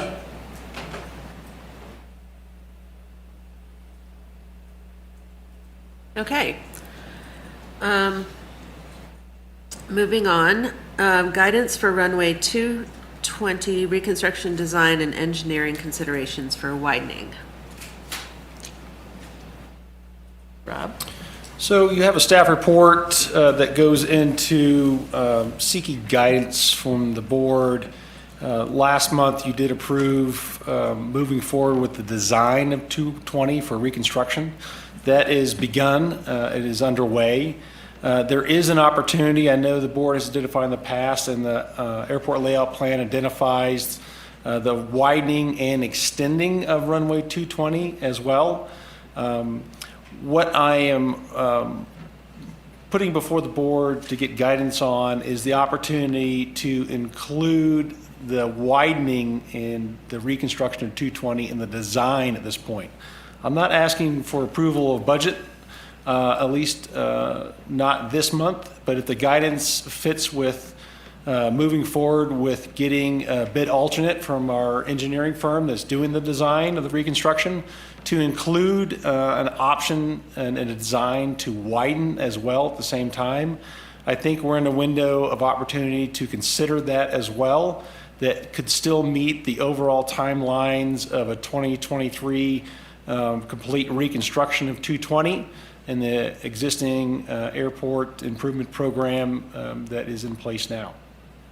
So I'm happy to address questions that you might have and talk about the dynamics associated with providing guidance on this topic so that I can go or not go to our consultant firm, our engineering firm, to seek a bid alternate of what that would look like financially to include and incorporate the design of widening for 220 in keeping with our airport layout plan that is in place now and approved by the FAA. I had a lengthy conversation with Rob and Etnire about the options, et cetera, and my recommendation is that we give Rob the guidance to go find the cost with our engineering company for adding widening to the reconstruction documents. And my impression is Rob would go get that information and coming back to the next board meeting with actual cost, and a decision would be discussed and made one way or the other next month. I just have two questions, I guess clarifications in the staff report, and this is related to this concept versus lengthening and widening at the same time. Is the estimated design cost of extending, which is $320,000, in addition to the $120,000 for just widening, or would this be instead of that? In other words, do we get both for 320 or would they be separate charges? That's my one question. The second one is, if we widen now and extend later, is this two NEPA studies? And if it is two different NEPA studies, I'm just wondering if the cost of that, and I guess in summary what I'm getting at is it financially disadvantageous to us to just look into widening as a separate issue? Right, the cost estimates that are in there are two separate cost estimates for two different aspects of a project, widening by itself and extending. The current master plan that's in place in the airport layout plan considers this as an alternate for the future for 220. Right now, giving the cost associated with widening alone, just the estimate-wise and the timeline to do that in conjunction with the reconstruction to minimize the overall environmental impact when you're doing things, you're not doing it twice. I would suggest that is within the realm of fundable and achievable for the airport district. The extending portion of it requires an environmental analysis as well. The initial scoping of that, I would say, is outside of what I see as fundable in the near future, next several years for the airport district. So I would say that's not anywhere on the near horizon as a realistic opportunity for the airport. So not to try to sequence NEPA, you can't do that, but I think if you're going to do something, you know you want to do something, you have to do all environmental work. So what I'm suggesting is the reality of trying to extend is outside of our means and consideration for the next many years. So we probably should not kid ourselves with even trying to do that or spend money environmentally on that at this point. So, just to follow up on that, so maybe if there are other pilots, I know there are pilots in the room, might want to comment on this or even on Zoom. If a NEPA study for extending somehow vetoed that as a possibility, I think the entire widening concept would be pointless, because I'm not sure that that runway wider at its current length is of any use to anybody, that it's not today. So that's why I just kind of wondered, like, if somehow we knew that we either could or could not lengthen it, then that might validate or invalidate the desire to widen it. That's my concern about the NEPA thing. I'm not super familiar with the NEPA process, so I don't know how likely that is, but I just wondered. My sense is if the airport had those kind of funds to lengthen it, looking at the area that's already impacted considerably for lengthening, is that it probably would be achievable over time with the right mitigation factors in that area. You don't know until you do it, right? But I would say it is something, if the airport had funds at a later date, years from now, when you probably afford it, given the cost of that and the work that would be involved in extending it, I think it's in the realm of doable and feasible in addressing any mitigation measures that we required. I'm just suggesting at this point, at this time, it's probably outside the realm of affordable for the district. I understand that on the actual construction. I was just thinking on the NEPA study. I understand right now we're looking at that just at the widening concern, but I'm wondering from a NEPA perspective if it would be more prudent to look at lengthening and widening in one study just to see if there was any reason that we wouldn't be able to go forward with that in the future. That was it. It's a great comment. I hope I addressed it, and I'm happy to sit down further and maybe dig in a little further with our engineer and talk more about what's involved in that.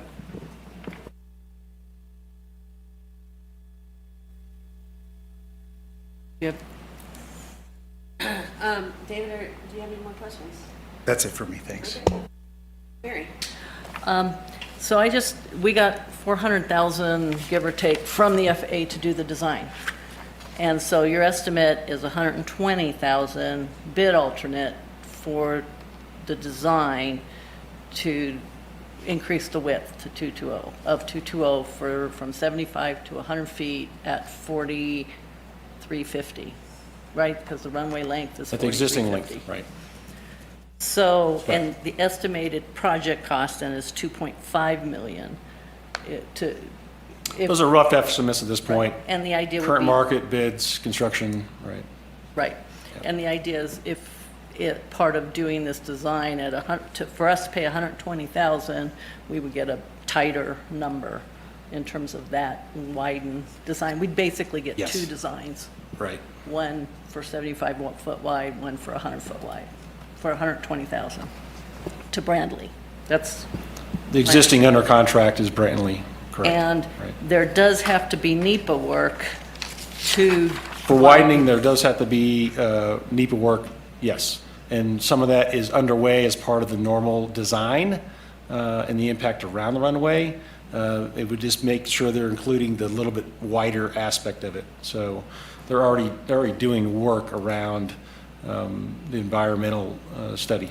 What did they have to do on a 75-foot? It's already paved, it's, what other NEPA work? Well, is there's being lights done? that are going to be replaced around the runway as well as part of this project. Okay. So that's digging up all the lights, trenching, re-putting, power in the ground, or addressing that. Oh, okay.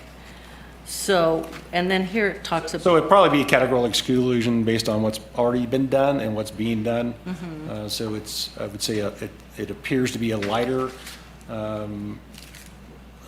environmental review necessary for just the design for the reconstruction and potential widening. Right, so the extra 120,000 includes the 25 width by 4,000 feet. The existing length and the extra width outside of what it is now, 75 to 100 feet. And it says here the FAA, the entire process takes 30 months to complete. That is the lengthening, most likely. It would take that long to complete. The NEPA involved is much more involved with the lengthening of it because it involves a culvert and a wash, a lot of earth movement, a lot of fill, Yeah. a lot more environmental work associated with that has not been done at all yet. That would be, at this point, given the lead times of contractors who do that, work involved, study lengths. The current estimate right now from contractors and subcontractors is probably about 30 months at least. Yeah, for bugs and Yeah. bunnies and Right. plants. And I weather, get- right. I get that, and it's, Yeah. it's, and it's when they're breeding.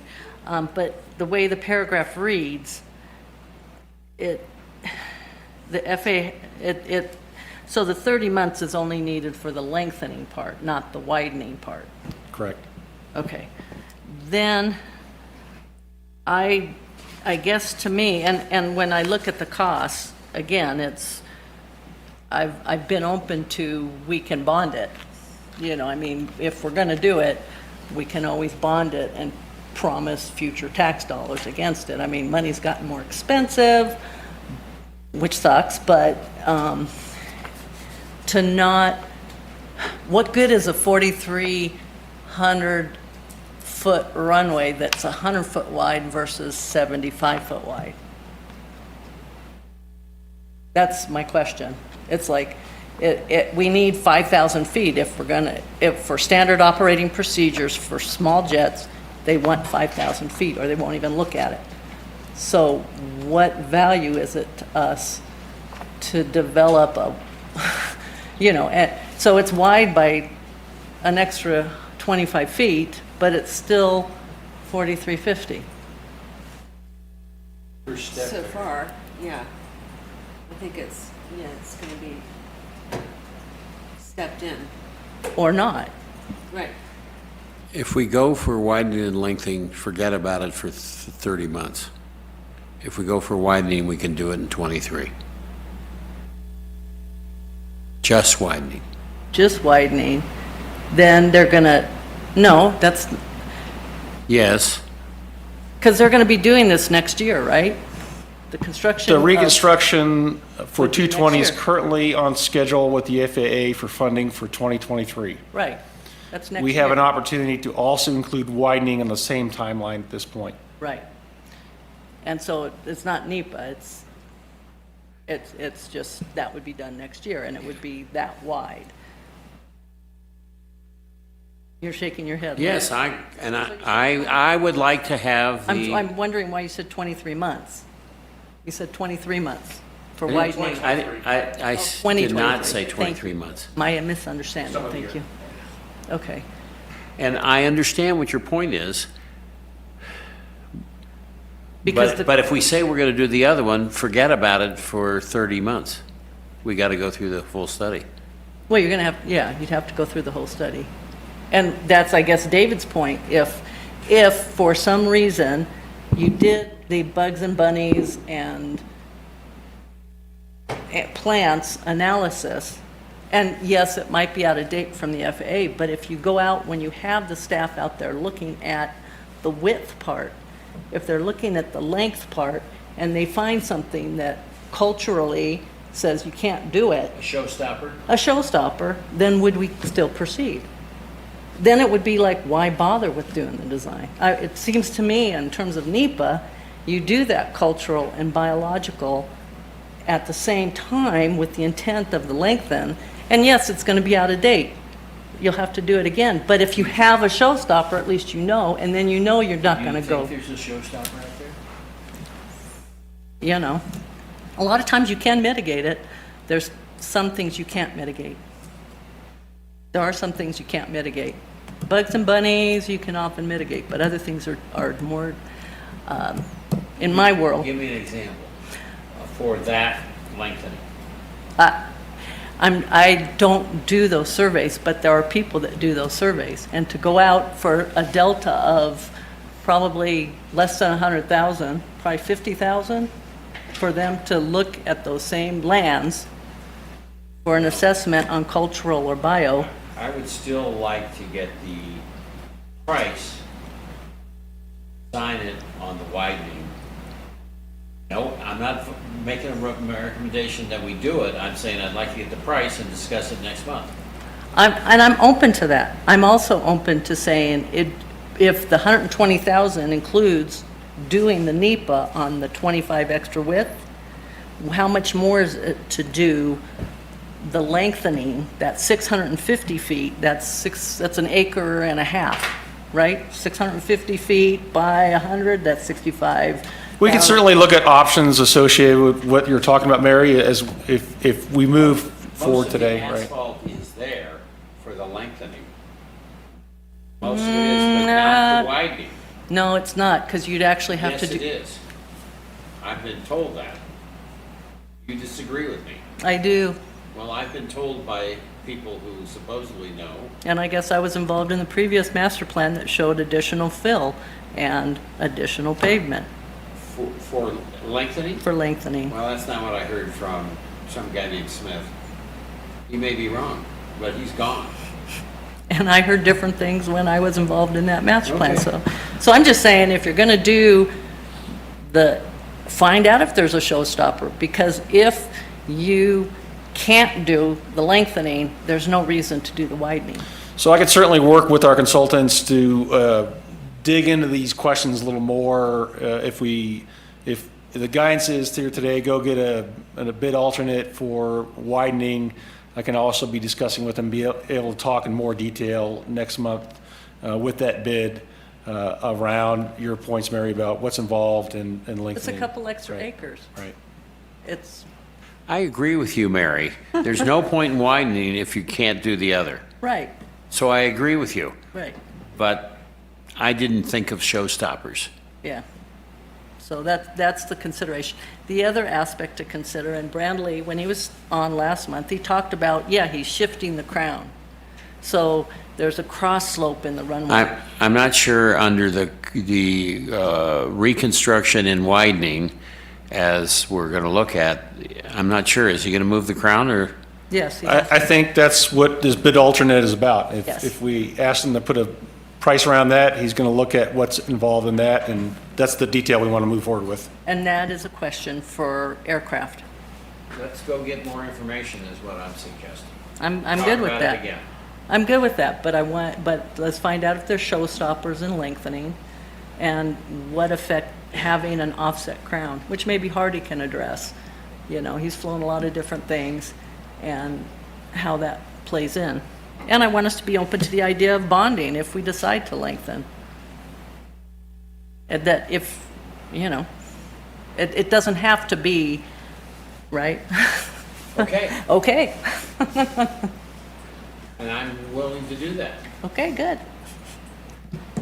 until January of 25. Hardy, do you have any thoughts on that you might share with us?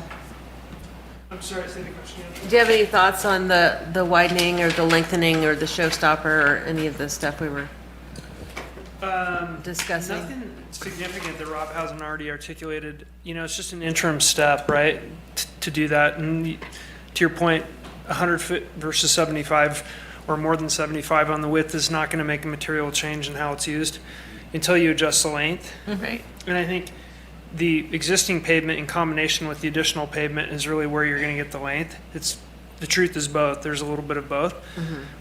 And there are wetlands So to Mary's point, they're wetland. That's a kind of a semi-wetland area. It's the outfall for most of our stormwater from that side of the airfield. So there will be some significant environmental review incorporated in the engineering. And possibly some other items like that.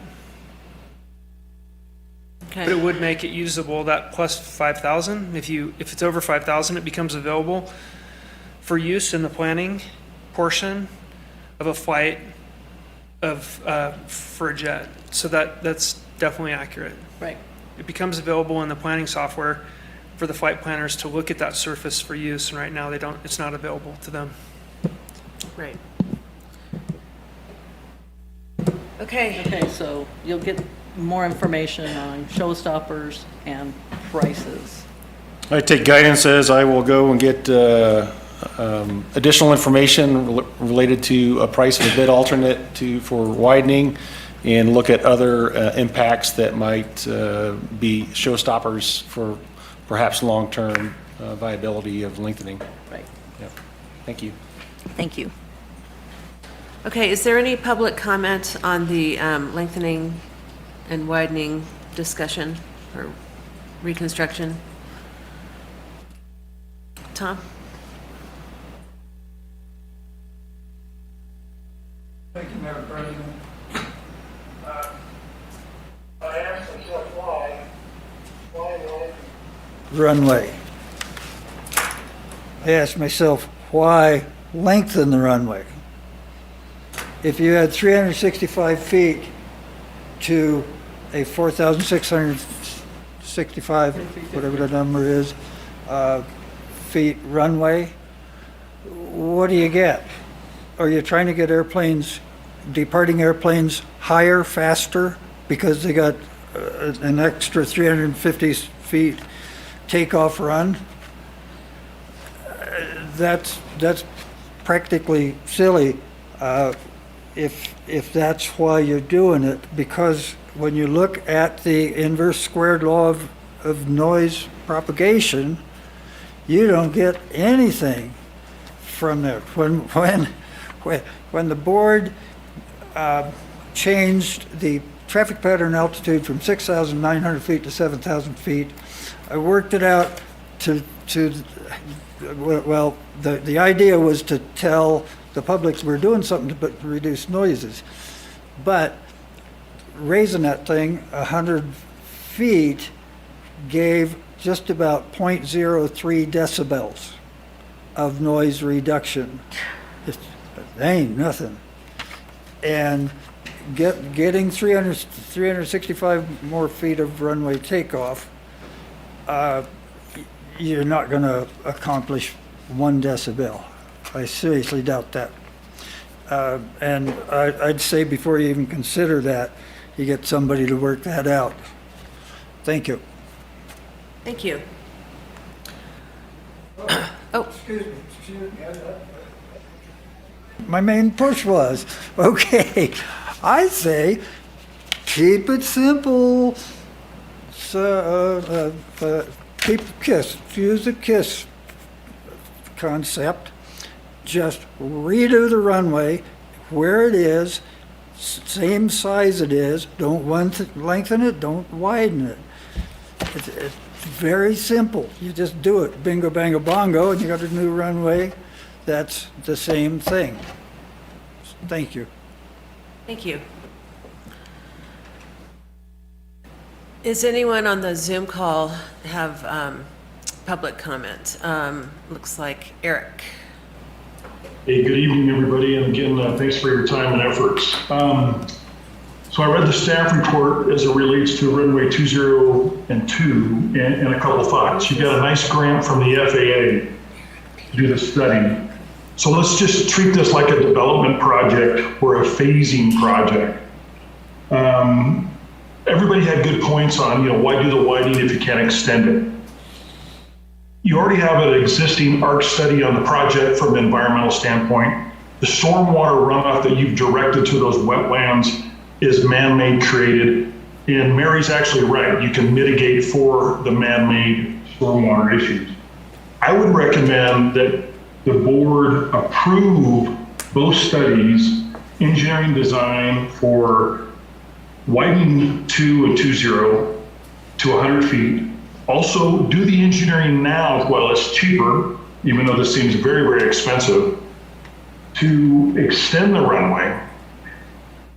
And in this package, you complete the construction in 2023, but you've done all the legwork and now the clock is ticking to run down the 30-month clock to finish your environmental study, which is going to lead to a successful conclusion. Anytime you do an airport improvement, you know, you're probably just tapping onto your current environmental study. And this might be hopefully the same thing on the documentation when you're disturbing new dirt, new earth, but you have 99% of that done. It's an airport. So I would recommend you approve both studies, get the clock ticking, but focus on doing the widening and the reconstruction in 2023. Don't miss those dollars. Get that done. And by that time, you'll have, you know, at least, you know, 15 to 16 months of the clock has ran to find out and to get the balance of the studies done from the environmental standpoint. And then you can budget that extension, but you got the dollars to do it. So just treat it like a phasing of a development. And the first phase is the widening and the reconstruction. Second phase is the extension, and you're not wasting several years. And Hardy had a good point. Once you have a 5,000-foot one-way, I think the book's going to open up substantially for the airport to design new departures. So the gentleman that was there, just that extra several hundred feet is going to give you what we call a balanced field runway for departure and landing. And it's going to enable you to use that runway for departures and landings, and you're going to completely move the noise how you want it on that runway. So I totally recommend from an aviation standpoint to use those dollars and get it going and start that whole entire process ASAP. Thank you for your time. Thanks, Eric. Anybody else on the Zoom call? Okay. All right, so Rob, you have your direction that you need? I do, thank you. Fantastic. All right, board committee assignments and ad hoc committee reports. We'll start with Mountain Housing Council report. No report. Okay. Truckee Tahoe Workforce Housing Joint Powers Authority update. Lauren? Hi. We met last week, Wednesday, and Emily Vitus, the executive director, updated us that the Workforce Housing Agency will begin its work with Agnew Beck starting July 1st regarding the development of their strategic framework, the phase 2 of that program, which will take place July till about October. The agency will be rolling out their employee surveys to member agency employees next week as well, which will serve to update the 2020 survey and provide benchmark feedback. They've also incorporated new questions which will help aid in the development of their strategic framework and also to provide insight how the COVID-19 pandemic has affected our employees groups' housing situations. We're also going to be officially offering the down payment assistant program through Landed starting July 5th. I attached an informational brochure about that down payment assistant program. It's going to be simply an offering to our member agency employees, much like how we offer the Martist Fund's down payment programs and other layers that they offer as well to help individuals purchase a home. We wanted to note, we felt it was prudent to note that the Workforce Housing Agency will not be involved in providing advice or consultation to employees or play a role in the loan process if they were to utilize Landed's down payment assistant program. That will all be handled through Landed specifically. And in August, they will begin their internal audit. And that presentation will be made to our agency in October. We also, we had a vacancy for a vice chair. Kevin left, and there was a vacancy, and Brian Wright, who's the general manager with Truckee Donner PUD, assumed vice chair. I nominated him. He will be assuming that role until about December, and January we'll readdress the new chair and vice chair seats. And that is it. Great, thank you. Does anybody have any questions? All right. Master Plan Project Ad Hoc Committee. So I'm speaking for myself and my friend Rick, who's also on this master plan, on items 3 and 4, which is also the hangar use policy, because we're saying the same thing about both. We would like to officially delay these projects until we have permanent GM and a replacement for Hardy. We feel like we don't have the staff support. These are super, super important topics. And we feel like it's just too much to do right now while our interim GM is finding his footing here, and while we are now in a search for a replacement for Hardy, who was essentially in charge of all that stuff. So we're opening that to the board for comments. We'd like to put the brakes on all this stuff until we sort out staffing. Anybody have any comments? I agree. I agree. I disagree. I don't know why we would delay the master plan, because it's the consultants who are doing the work on that. That doesn't seem like, is it a lot of staff time for the master plan, or? I mean, I feel like the hangar stuff is more staff driven, but if the consultants are already getting close to being finished, why don't we let them finish? I don't think we're close to finish on the master plan. That's a huge topic. That's all the research we're doing into 1634, the flight procedures, all this other. It's a lot of stuff, and I feel like we need to stabilize our senior staff before any more decisions are made by a consultant. How does senior staff feel about that? And I'll ask Hardy to comment on that, since he's been so involved in this much longer than I have. But in my management report, I did include the latest phase 1 update from our lead consultant with Mead and Hunt. That is already, the original timeline. I think phase 1 was done in August. I think we're already into an October timeframe, just by the normal course of where we're at, and I won't say delays, but at least extensive or more robust outreach in a variety of different areas. So I think there's probably some aspects of the master plan phase 1 that could continue with the contractor to produce some results that the board could review that aren't maybe technical in nature, but at least can further inform and move some of the products forward. But I absolutely understand David's standpoint that there are some technical aspects that you'd want some technical staff to be looking at and providing feedback and guidance to both the contractor and to the board of directors and myself. Some of that can come from our existing contractors with Mead and Hunt, some are from their subcontractors that are specialists in certain areas like flight procedures.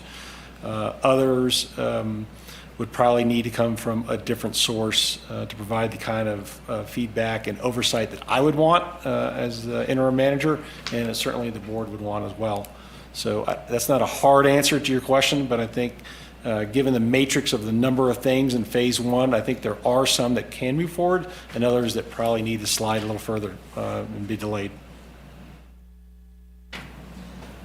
I don't have anything to add. I think Rob summarized it perfectly.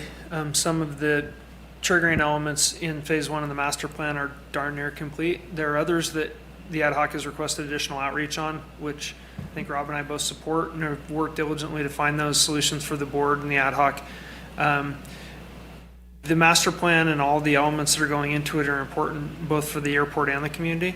My biggest fear is losing ground that we made in the significant outreach efforts that we had both online and here in person, because the community came here expecting to understand the future action of the board. And I think that is perishable, some of that, and I think that there's probably some benefit in moving forward on the items that you can complete, just as Rob discussed.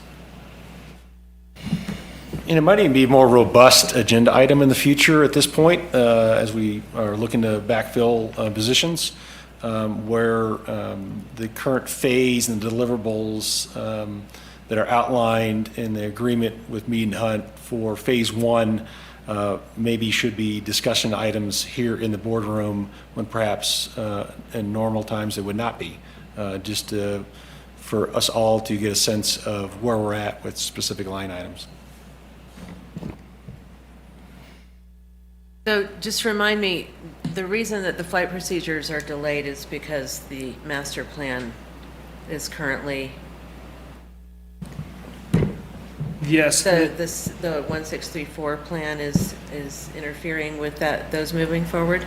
There's no direct interference. Basically, the consultant bandwidth from Flight Tech Engineering is they're the primary consultant both on the 1634 investigation and also existing flight procedures activity. They are limited. They're a small shop. There's basically 3 of them.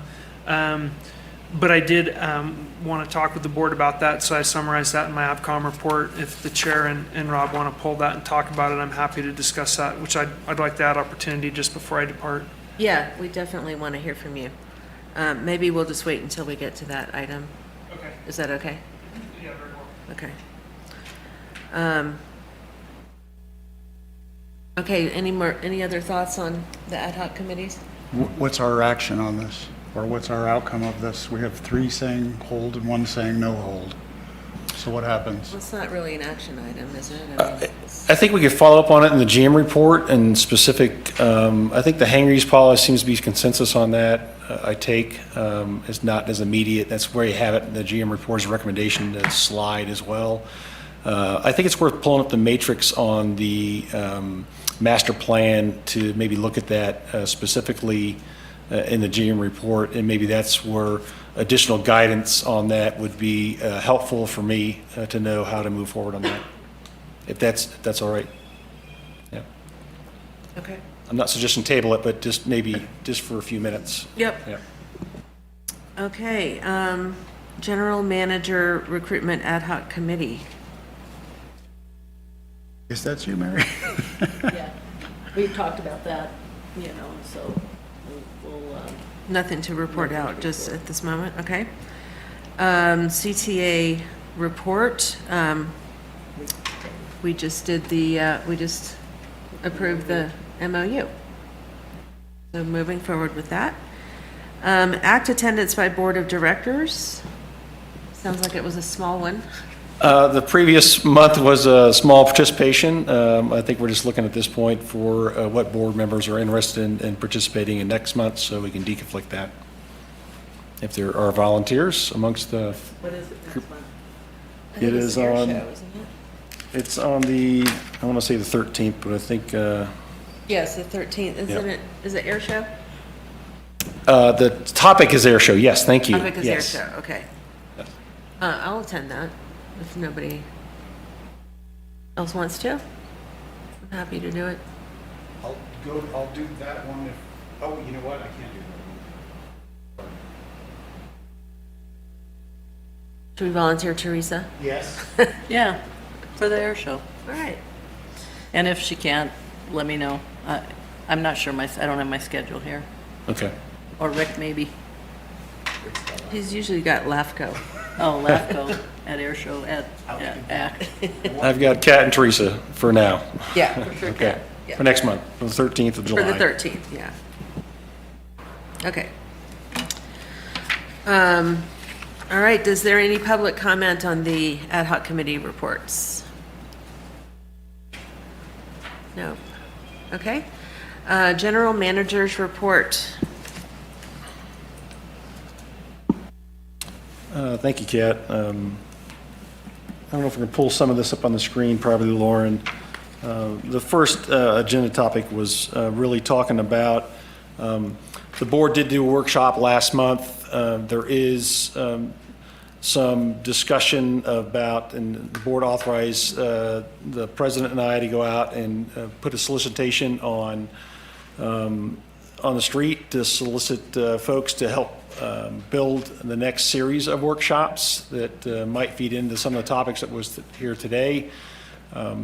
If there's any further discussion or guidance associated with workshops outside of trying to get specific timing at this point, once we bring a contractor on, we will begin discussing timing.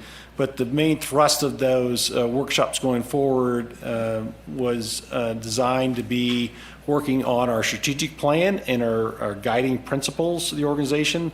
It's been a few years since we've had an approved strategic plan for the airport district, and it seems in discussions both in our past workshop with the board and with Director Rolfe and myself, is that the solicitation we put out for consultants was focused on a series of workshops specifically to update the existing strategic plan we have, so we're not starting from scratch. I think it's a good document that's in place. It's just dated and just needs to be refreshed with the current perspective of the board of directors in place now, with participation of management as well, and community members in that process. So that is the thrust of that first point. Just thinking about the fact that we're a pretty big district here, as outlined, as everybody's familiar with. And there are three general areas that we want to think about as we update that strategic plan, thinking about not just our primary mission with the airport here, but it's really an opportunity to think about the role of the board of directors, the role of management, the role of the community, and also our operations, our airfield, specifically here at the airport.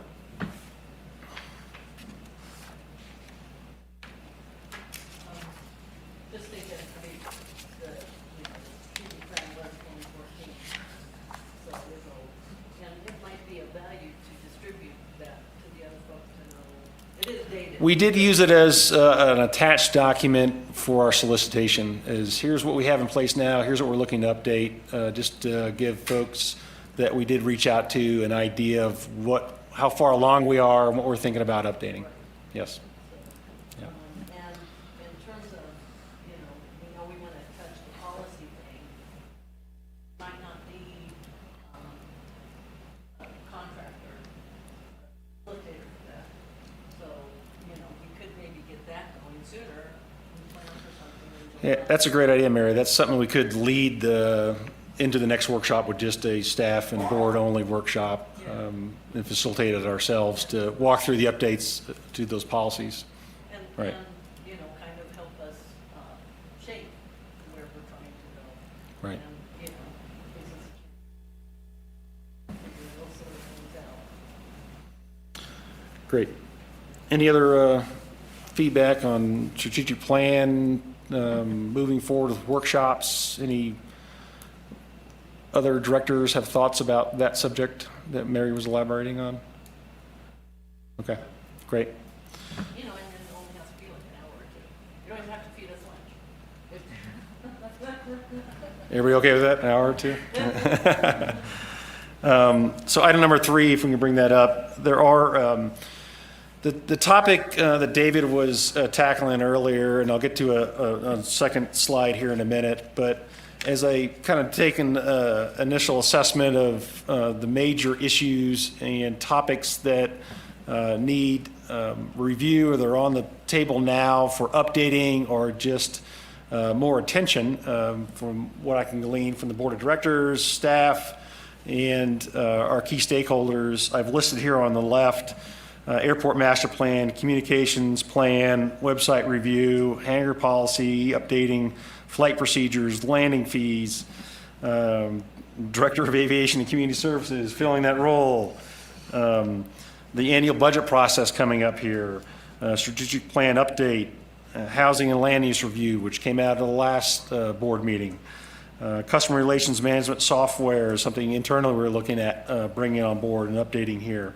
Looking at Runway 220 design, Runway 220 reconstruction this next year, potentially.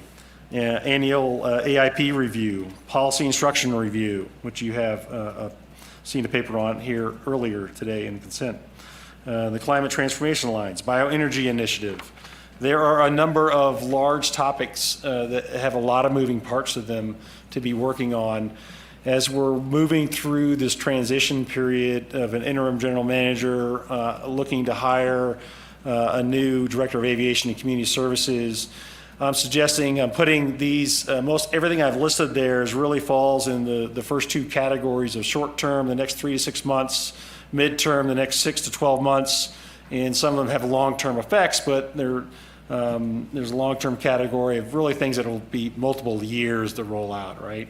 I put things and put some labels associated with each of those topics there as, from my standpoint, my review of these topics, my recommendation is things in that green category of the next 3 months here, the short term, what we should continue to be working on, and with an arrow there in a couple of categories, what we should be moving to the next midterm period, as they're important topics, but given the staff capacity at this point, maybe they are not as critical right now to solve, and we not necessarily have enough contractor support or management of contractor support, I would say, to address those immediately, and those should shift into a mid-range time frame. Let me come back to item 4, specifically to the master plan. But if you have questions on this, as far as what I'm recommending, if there's other board guidance about what priorities should be now, what should shift, I'd love to hear that and get the board's feedback on those. If I could hold off on the specific airport master plan one until last, I do have another slide on that talks about the current timeline to address David's concern with capacity at this point, which I have the same concern. So just feedback and guidance on these initiatives. Did I miss something or? Yeah, okay. It's great, and I really appreciate you breaking it out into bite-sized pieces. It's good. What I'm curious is landing fee, you've got September 2022. In the rolling agenda, you have that it's coming back next month in July. And I'm just looking at summer, this is a chance, if you had talked about Vector being able to institute it, they've got the software, right, the ability right now. And it seems like why wouldn't we do that sooner rather than later? So on that specific item, I have not updated the rolling agenda to this recommendation. I would update the rolling agenda. That was a carryover that's been in place now for a couple months that has been inherited, I would say, and has not been fully adjusted. Based on the guidance today, I would recommend adjusting that rolling agenda appropriately to address capacity.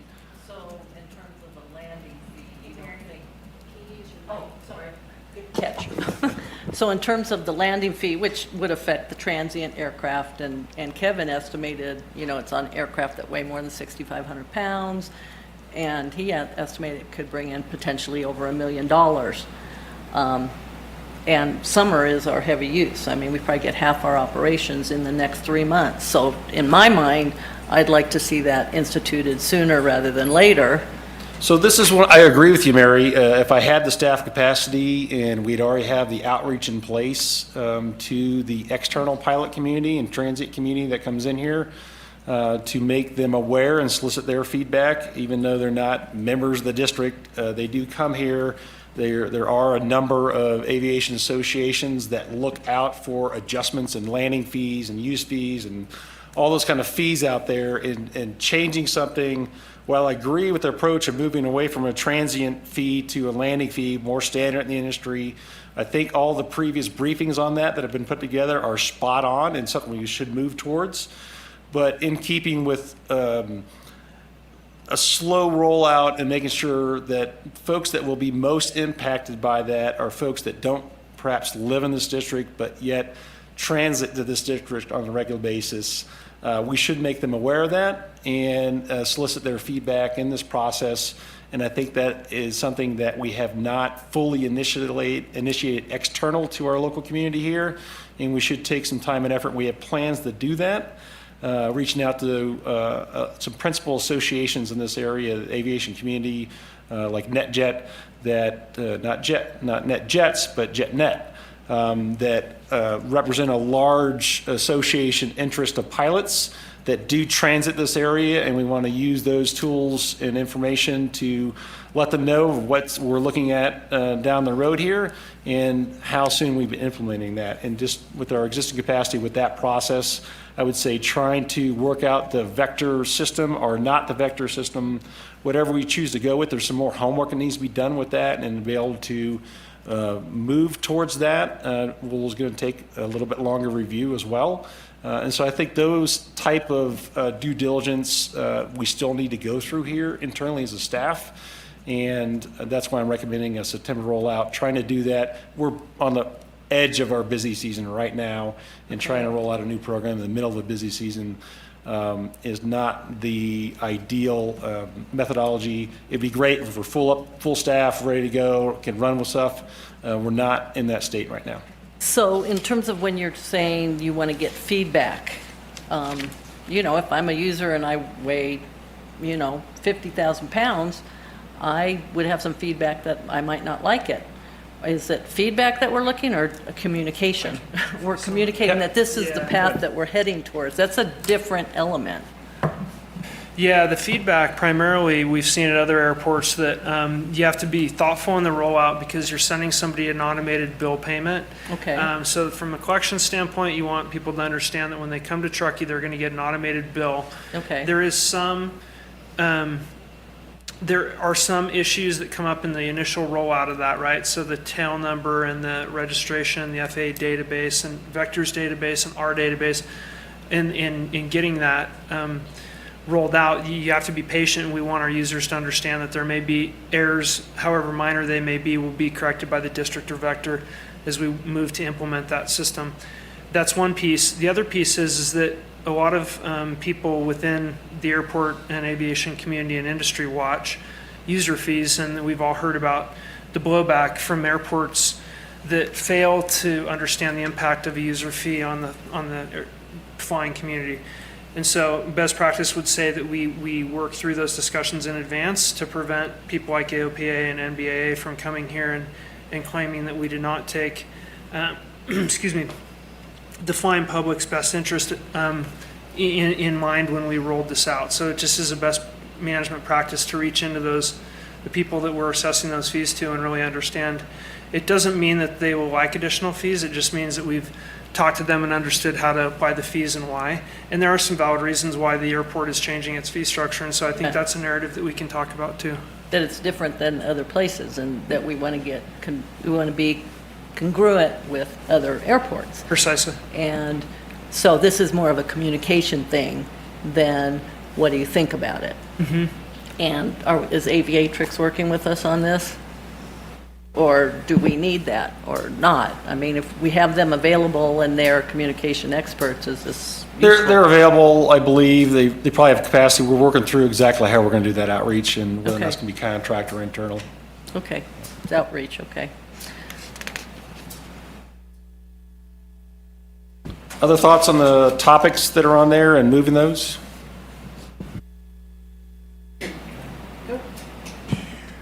I love this table. Thank you so much for this. As soon as I saw this, I was like, yes, that's beautiful. And then I'm just going to say something, and you can totally ignore me because I know this is awkward. For 20 years, I was in enterprise software, CRM, digital asset management, product information management. I do database stuff. I know this stuff inside and out. If you want any help on a requirements document to try to shave off a lot of money from consultants, I'm happy to help you with that. That's greatly that was my appreciated, jam. David. I'll be talking to you later. Free, of course, free of charge. Everything free of charge. I don't know. Tell me about it. That's it. Thanks. All right. Well, let's go over the next table, because that's the master plan table update, and that's, I think, and I don't know if you can actually blow that up bigger. It came out a little bit small, maybe in text.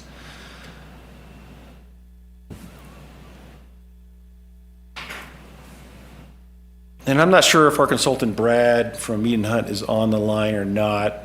If he is, he can certainly address and answer questions. He offered to do that. This is an updated phase 1 planning schedule horizon. If you can see that, it is a eye chart. But there are a number of different areas here, and I think there are some areas that can move forward.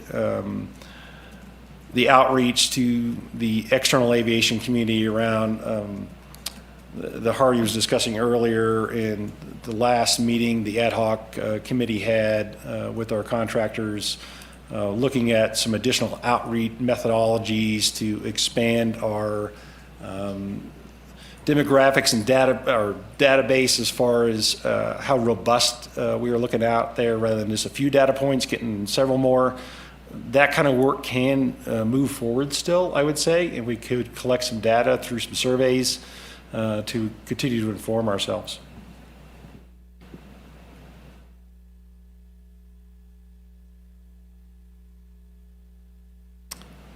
David, any particular thoughts on these areas, or areas you're uncomfortable with or more comfortable with perhaps moving forward on an a la carte basis as opposed to all of it? I understand your concern of all of it, though. I just feel on a wholesale basis, there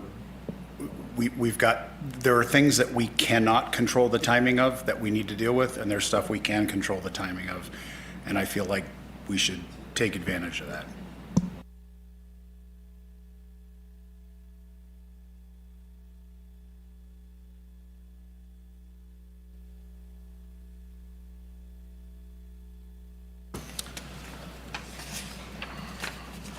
I will mention one other item on, sorry, Mary, go ahead. On item number 6, just a shout out for Tart Connect, which is having a ribbon cutting ceremony here this week. And then thank you for the town of Truckee and the collective community here of all the partners that are involved in that.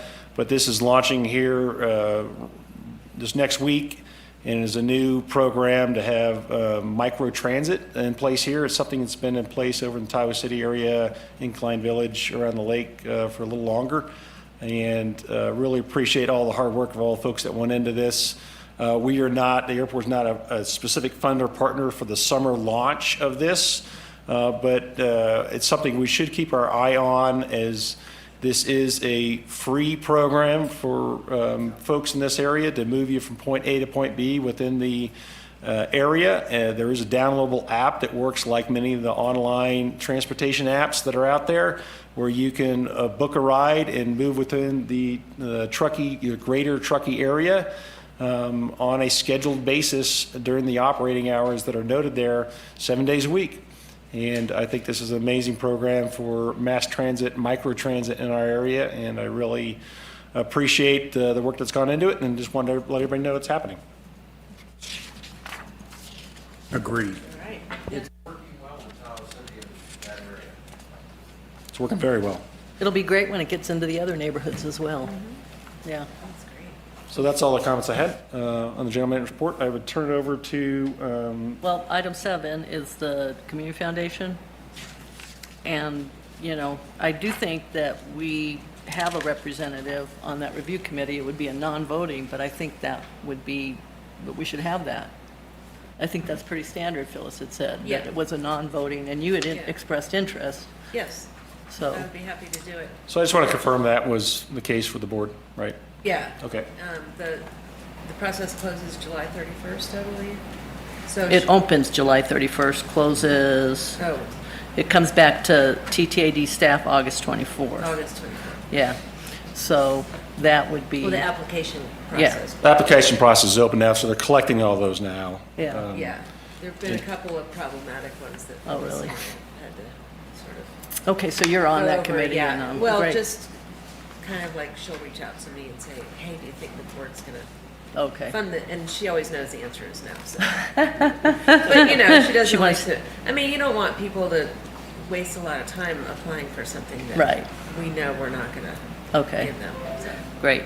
And, you know, I'm just going to make my pitch again in terms of how we, you know, they're doing the vetting, they all have the expertise. You've been on grant cycles, and I still am of the opinion that I would like that to be a 5-minute, you know, almost a consent calendar, because they've done the work, rather than they come in and make their presentations and we shape and shift and add a Yeah, little we don't more, need to- subtract. I'd rather just say, you're the experts, tell us where to spend the money. Yeah. And it's on consent almost, or it's just a, We discussed this and we didn't agree with you, 3-2. but that's why I'm making my pitch again. I'm still against you. Okay. Okay, so just gotta throw it out. Thank you. I will defer to. The board. Yes. Yes. and- The next topic is item number 10. which But is- item 9, I have a question, Unless there's thing. other questions on the previous items. On the 9, you have this nice diagram. Yes. And I liked it. Under social responsibility, you have improved passenger and employee experience, and you also have enhances quality of life and socioeconomic well-being of the local community. I just want to point out, based on this map, the CLUP map right here, right, that we do have people that live in the B and the C zone. And we have a social responsibility to them as well. And that clarity of a bullet point that says, we have customers in the B1 and C zone, and being aware of that, you know, to be that specific. Then, one can argue, oh, they were built here before the airport was here, or came in after the airport was here. The airport's a different animal. And then when, you know, and you look at almost all of Martis Valley Estates and all of Western Olympic Heights are all in the B and C zone, and we have a responsibility to them. Those are where we've had our accidents primarily. Then the other aspect of that was, as part of that social responsibility too, when David Van Quest did that outreach in April 28th, 21 report, his memorandum, where he went out and did a survey, and I happened to be surveyed, but it's very interesting to reread this memorandum in terms of people who are still annoyed and don't call.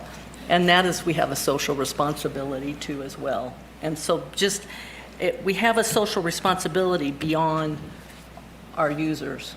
And I want to keep repressing this in terms of who are our customers. And that would be something to talk about in our offsite as well. So I want another bullet there. That is their consensus. Okay, thank you. Thank you, Mary.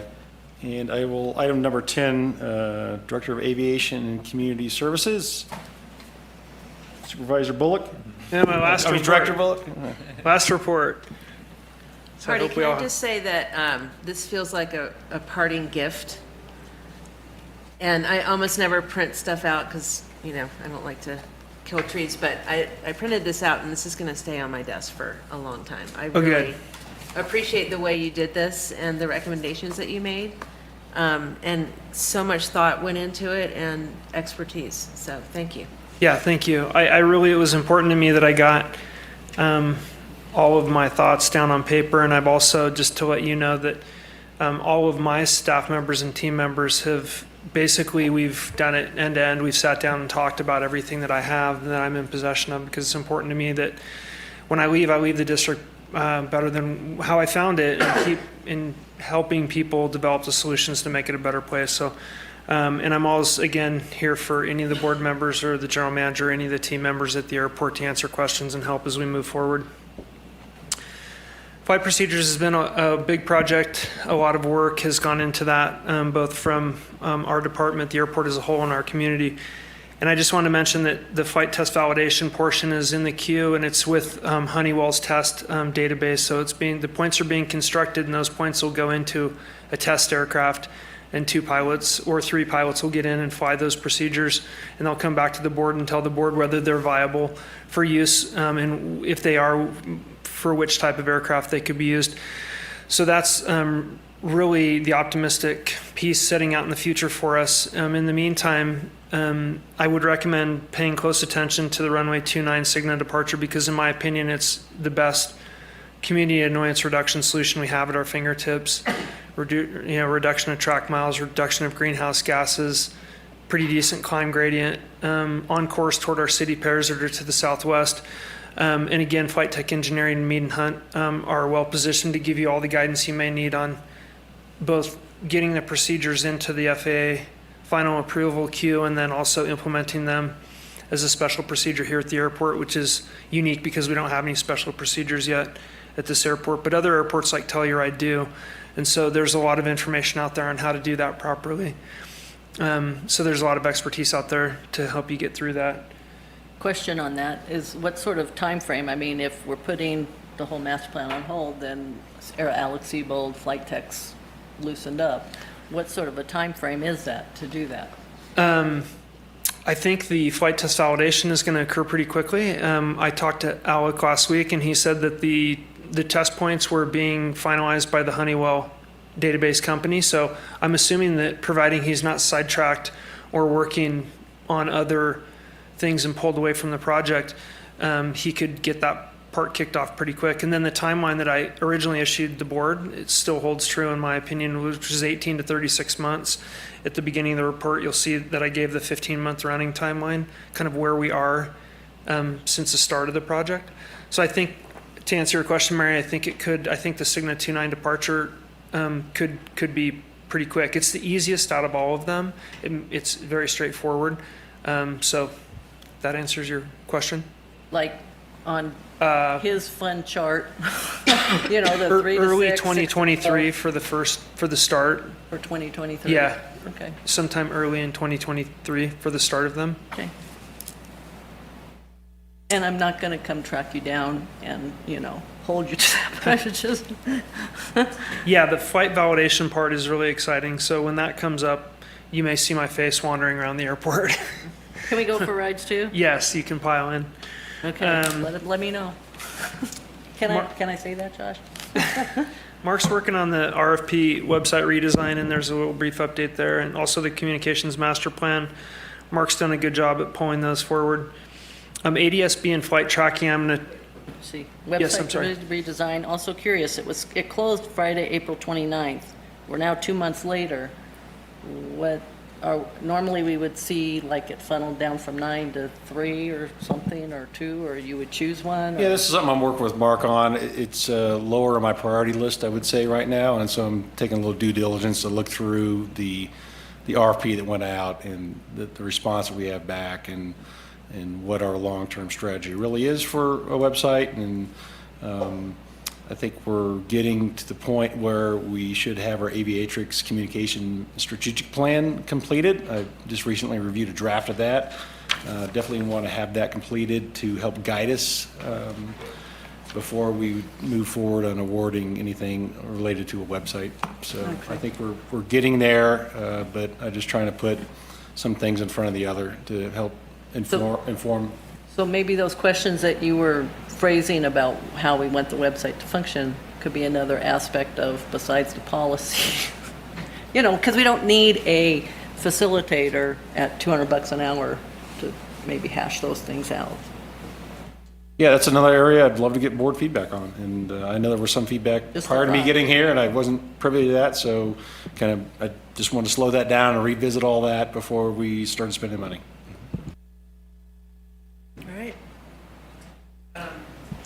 ADSB, flight tracking, automated terminal information systems, otherwise known as ATIS. Those projects, Mike Cook has a lot of skill and acumen and experience moving those forward. The board can read the details there, so I'm not going to go into great detail, but Mike's going to be the point of contact on those. The non-fed contract tower is something I wanted to mention, that if the board has interest in continuing that program, there's 2 pieces we need to do. We need to figure out if we're going to build a permanent tower. Irregardless of that decision, we need to disassemble the current temporary tower and have it inspected and then reassembled. That structure was not designed for long-term use.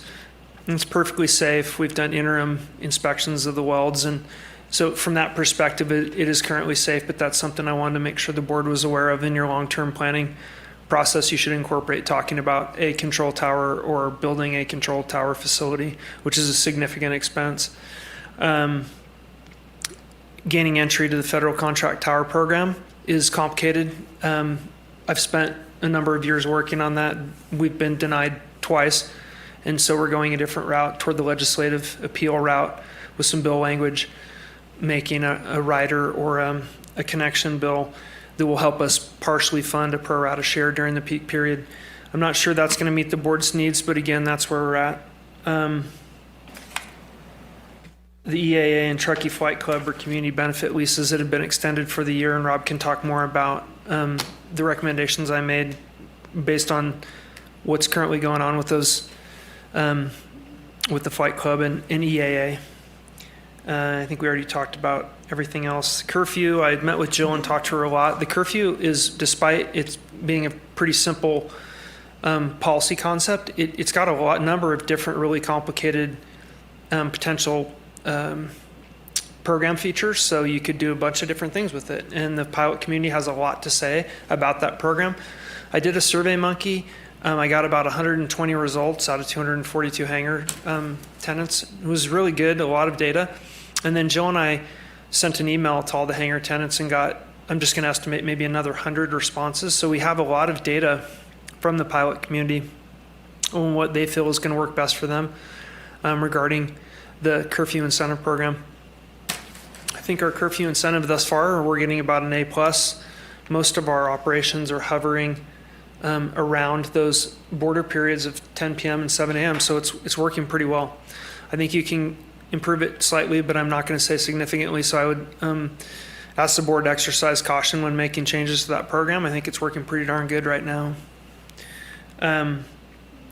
You can read about the obstructions. Dave Hoffman, our forester, and also Mead and Hunt has a lot of experience in the obstruction, identification, marking, removal programming. There are some pieces we can hit there. Brad Musinski done great work helping us use our AGIS system and our control points to identify obstructions that affect our approaches and departures. So you can read more about that there or call me. I'm curious, are we providing feedback on any of this, or is this just his brain dump to us? What do you? This was originally Hardy's brain dump to me, and I decided to share it in whole with the board of directors, just so we kind of memorialize that. And this is Hardy's recommendations of things we should be thinking about and looking at in the future. It doesn't mean exactly we're going to do those, but those are things. A lot of those are still open-ended with a lot of experience as a recommendation going forward. So any feedback you have on these would be great. I just, it's like in terms of this pilot group, I think there would be value in sharing those maps with the pilot group, so that they understand where people live. It's tied to a club, and in terms of subject matters, because you define what happens in the pilot group. So I'm just giving you that feedback as one board member. I don't know if there's consensus. As I read through this, there's a lot of great stuff, and thank you for this brain dump, but it also triggered thoughts, and this is my chance to bring it up here and say, do you think that's a good idea too? Anyway, so that's okay. Yeah, there's a lot of information here, and I wouldn't expect the board or everybody to have comments on all of it, and it's kind of a memorialized document that you can keep. And again, feel free to call me at any time, and I can describe more of this to anybody. Trails, pretty self-explanatory. I think it's really ripe for decision-making on trails. The community is very supportive, as Measure U is pretty great in describing how supportive the community is. And being Martis Valley's largest landowner, the airport plays a significant role in connecting trails. And we have a trails master plan that's sitting on my desk, and Rob has a copy and y'all have a copy. And we did our lands management master plan, which came at significant expense and outlined a bunch of different options for the board. So I think the time is really right to look at how to connect trails in our community through the airport property. Jill has an RFP on the street to recompete our stormwater consultant services. I'm not going to go into great detail, but it's handled, and we've updated Rob on that. Rob, I've turned over the golf course and L-shaped parcel discussion to Rob, and he's working with John Schaefer on that. The aeronautical safety piece is something very near and dear to my heart. The Challenger accident is something I still grapple with today. And I took all the data that we assembled on the board's behalf, the safety data that we got from a number of different sources, and I sent all that to Stacy today. And she and I had a great conversation about presenting when the time is right to the board or to Rob, and having that data presented in a way that makes sense, and then really trying to be sensitive about understanding that the airport is a transportation element, not necessarily contributing in any way to the Challenger accident, but yet we play a role in impacting the community and everything we do related to safety. So there's some pretty delicate conversations that have to happen there, and I would just, as a person, I would say we need to be sensitive in those discussions, both with the community and our staff, because that accident still has affected some of us. So I'd just put that out there, the data Stacy has, and she can talk to that data at a high level. And I'd like to see, you say you have it all ready to go, and at some point, I'd like to see it on the rolling agenda to be presented to us, to see what that result is. And that's another subject that goes to the pilot group, for them to understand that as well. It's another, what do they call it, the bike rack. Yeah, the parking lot? Yeah, to put, for that pilot group to, when they're meeting and talking with David, this is something that's probably valuable to them. Mm-hmm. Mary, can you turn your mic on? Oh, sorry. Thank you. I forget. I was just saying I wanted to see this since it's got to be public, and that this becomes something in the bike rack for the pilot community and those pilot groups to talk about this aeronautical safety result, that report you put together. Yeah, it's a great group, and it's one of the things I really enjoy. We've done a lot of safety debriefs or stand-down talks or tabletops in this room with pilots ranging from the flight instructors to pilots that were in here earlier to, naval commanders like Stacy and other people that, and so it's great. I would encourage the board to be involved in those conversations. I want to commend the board in approving the 2 positions tonight. I think that we are currently understaffed. I think we need additional staff to meet the demands of the airport, just from a best management practice, just as an airport, but also as a special district trying to do innovative, great work for the community. And I think there's 2 parts there. And so I did put a little bit in there.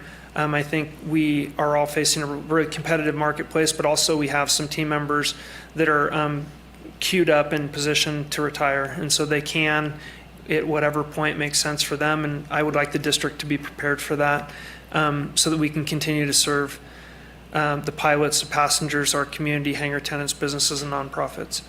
And we're only going to do that if we have people that know what they're doing. And there's some redundancy, because the bottom line is, if you can create a lifestyle and create a work-life balance that people enjoy, they're going to keep working here until they retire, and they're going to do great work, and they're going to serve you, the board of directors, well every day.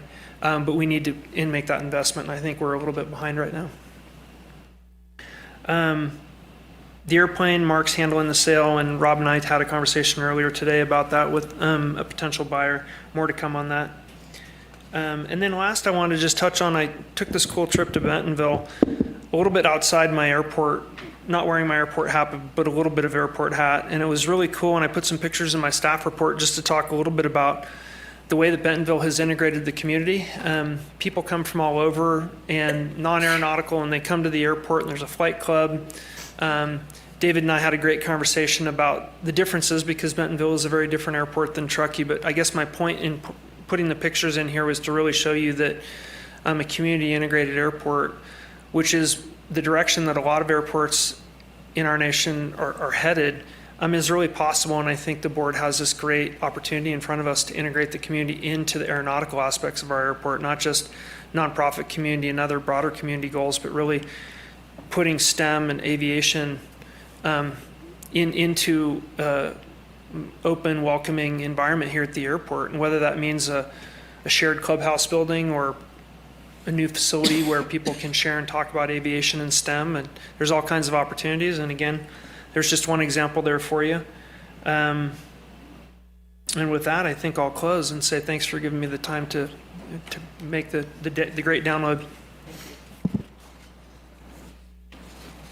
Thank you, Hardy. That was fantastic. Does anybody have any questions or comments? I do. Go ahead. Yeah, it's your last report, so that's significant. I didn't want to not recognize that. On the ops and comments, I just had two things on there. It was a huge drop in operations for a month. And I didn't know are we attributing that to the high cost of aviation fuel, or do we think that it wasn't really a weather issue, but that was incredibly dramatic. And then the second part, which is related to that, is that with 1,000 operations less than normal, we only had 2 fewer noise comments. And so I wonder if that is, David mentioned that as a bullet item in the thing, that the ratio had gone kind of a not a great direction in that. Did you have an opportunity to talk to David or find out if we have any theories about what was going on?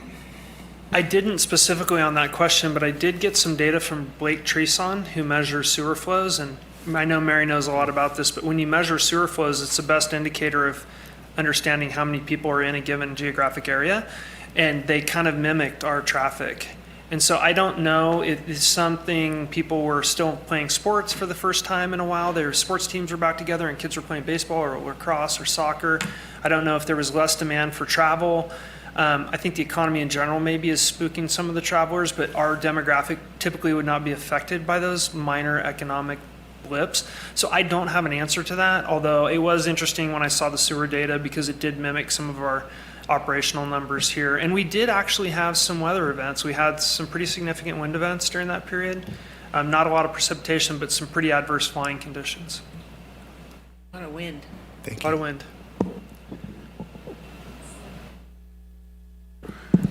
Hardy, when are we going to get the FAA report on the Challenger?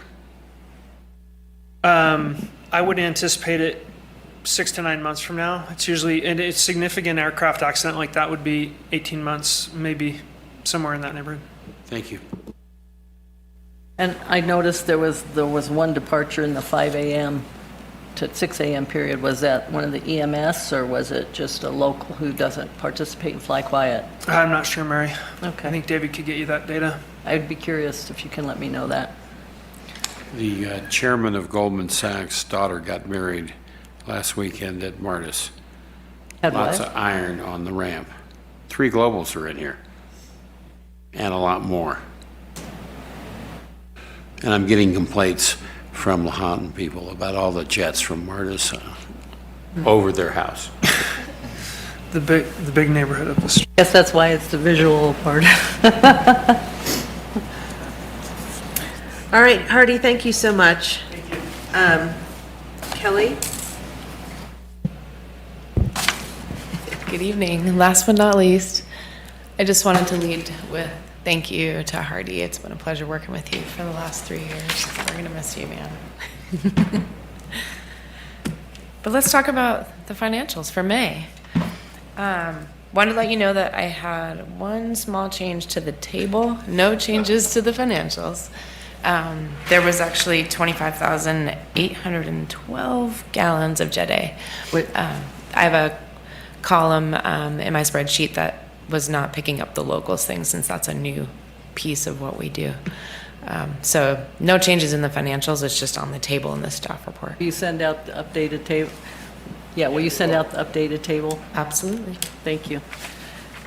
Overall revenues through May 31st of $6 million were $40,000 over budget and $300,000 ahead of last year.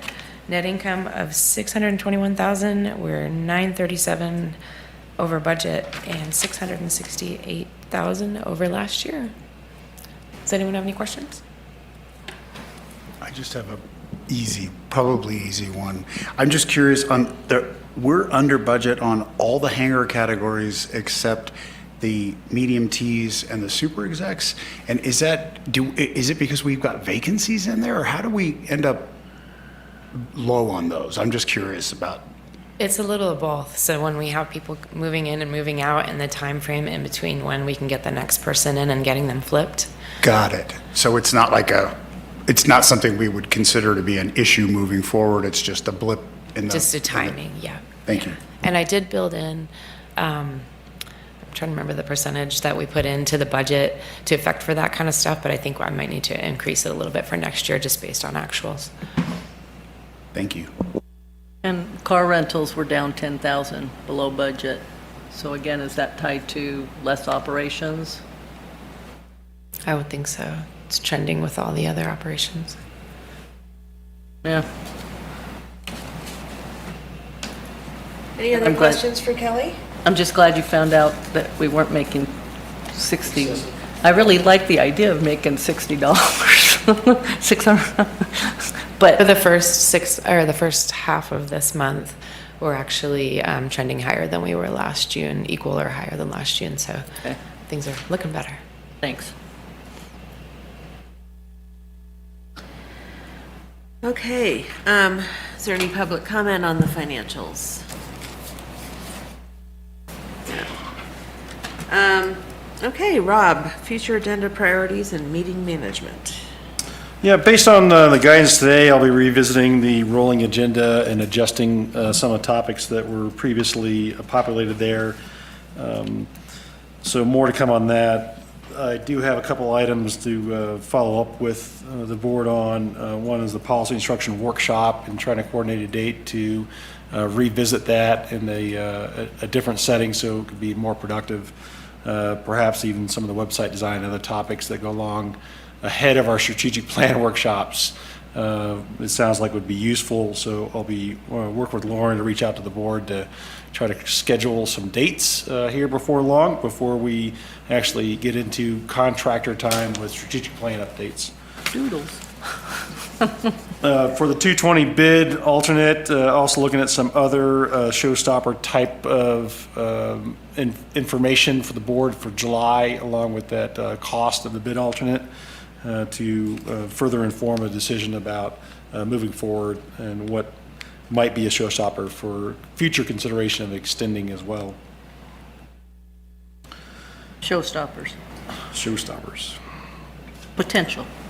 The master plan, I've got a mixed consensus on, I'm hearing on line by line, and perhaps what might be useful, but correct me if I'm wrong, is should we agendize in July a line by line review of the master plan elements that might move forward or might not move forward, or is the guidance the consensus of let's hold for a month on all initiatives and revisit in August? I would say hold. Rick, you're also. Well. Or it could be July, all right, yeah.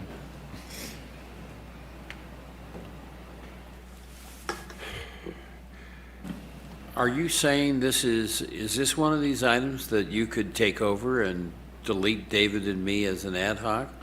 This is one of those items that there are elements within the phase one of the master plan I think the contractor could move forward with, and I could continue to have a reasonable understanding of that with the staff here to provide feedback to the board to keep some things moving forward.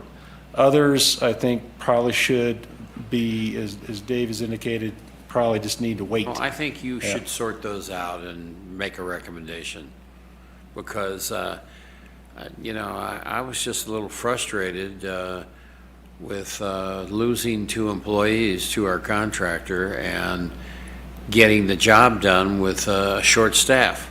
Mm-hmm. If you think they can keep going, I probably was willing to cancel the meeting last week because I was still pissed off. Pardon me, I was upset that they had stolen 2 of our employees. Well, I think the folks we're working with on this contract for their master plan are complete professionals. I think their subcontractors as well are leaders in the industry for flight procedures, as Hardy mentioned. I think there are elements that we should continue discussions on and move forward. Well, I'm interested in your I understand your recommendations. and- I understand your and- concerns. My recommendation would be, let me look at it further. Let me talk to David and his concerns a little more, and yourself, Rick, as the two main folks on the lead on this for the ad hoc. And I think I'd like to understand that in more detail and come back in July with where we're I'll say at. no more because Josh was reaching for his mic. Yeah, I think this isn't agendized as an action or a officially a direction item. So I think Rob's request would be what I'd recommend. Let staff have an opportunity to kind of think through this one and bring a recommendation for you in July, if that's okay. Excellent.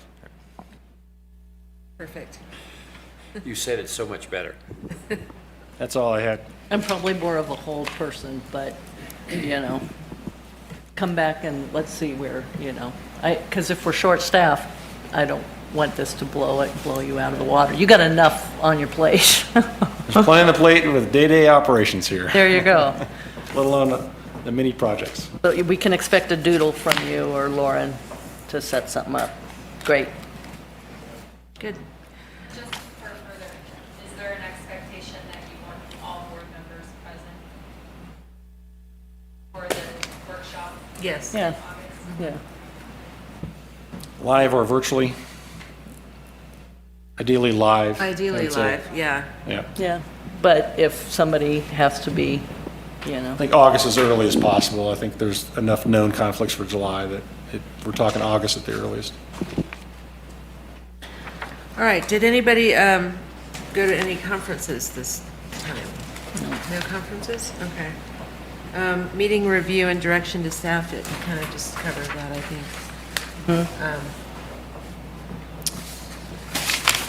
Yeah, there was something we talked about, maybe it was in the workshop, I guess, about touching base with all the board members after a board meeting. Do you remember that?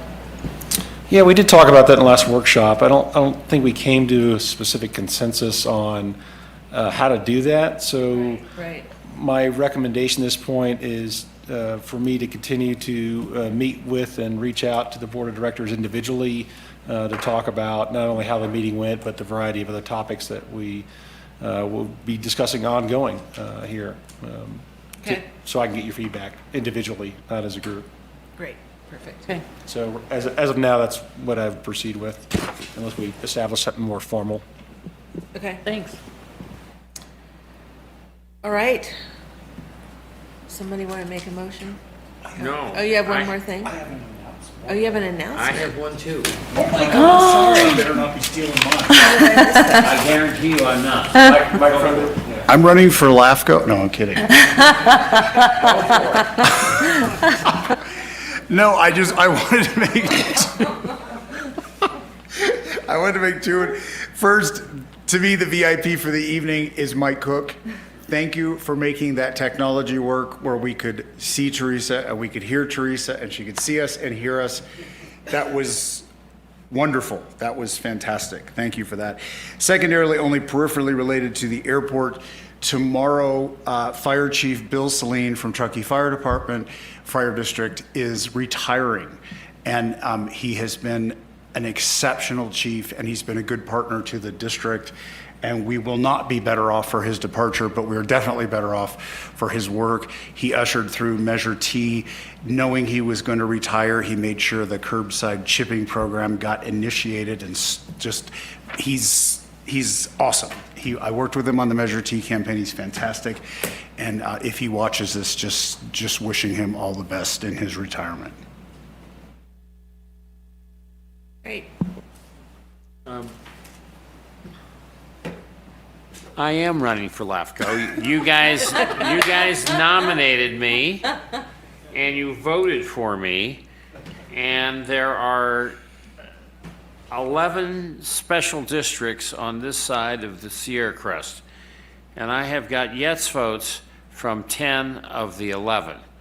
which is amazing. I've been to meetings with Josh for 3.5 hours and down at North Tahoe PUD, and I did a Zoom last night with the Donner Summit PUD and got their vote.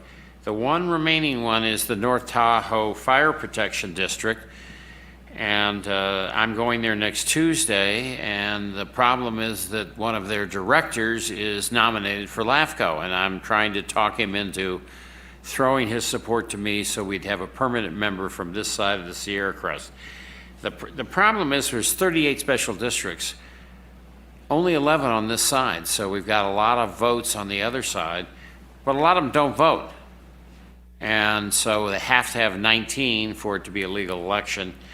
And I hope not many vote, because if I get 10 or 11, I might actually get elected. So I've been working hard at this, even though several people have told me I'm crazy. So thank you for your initial support and your vote, and I'm working the problem. Thank you.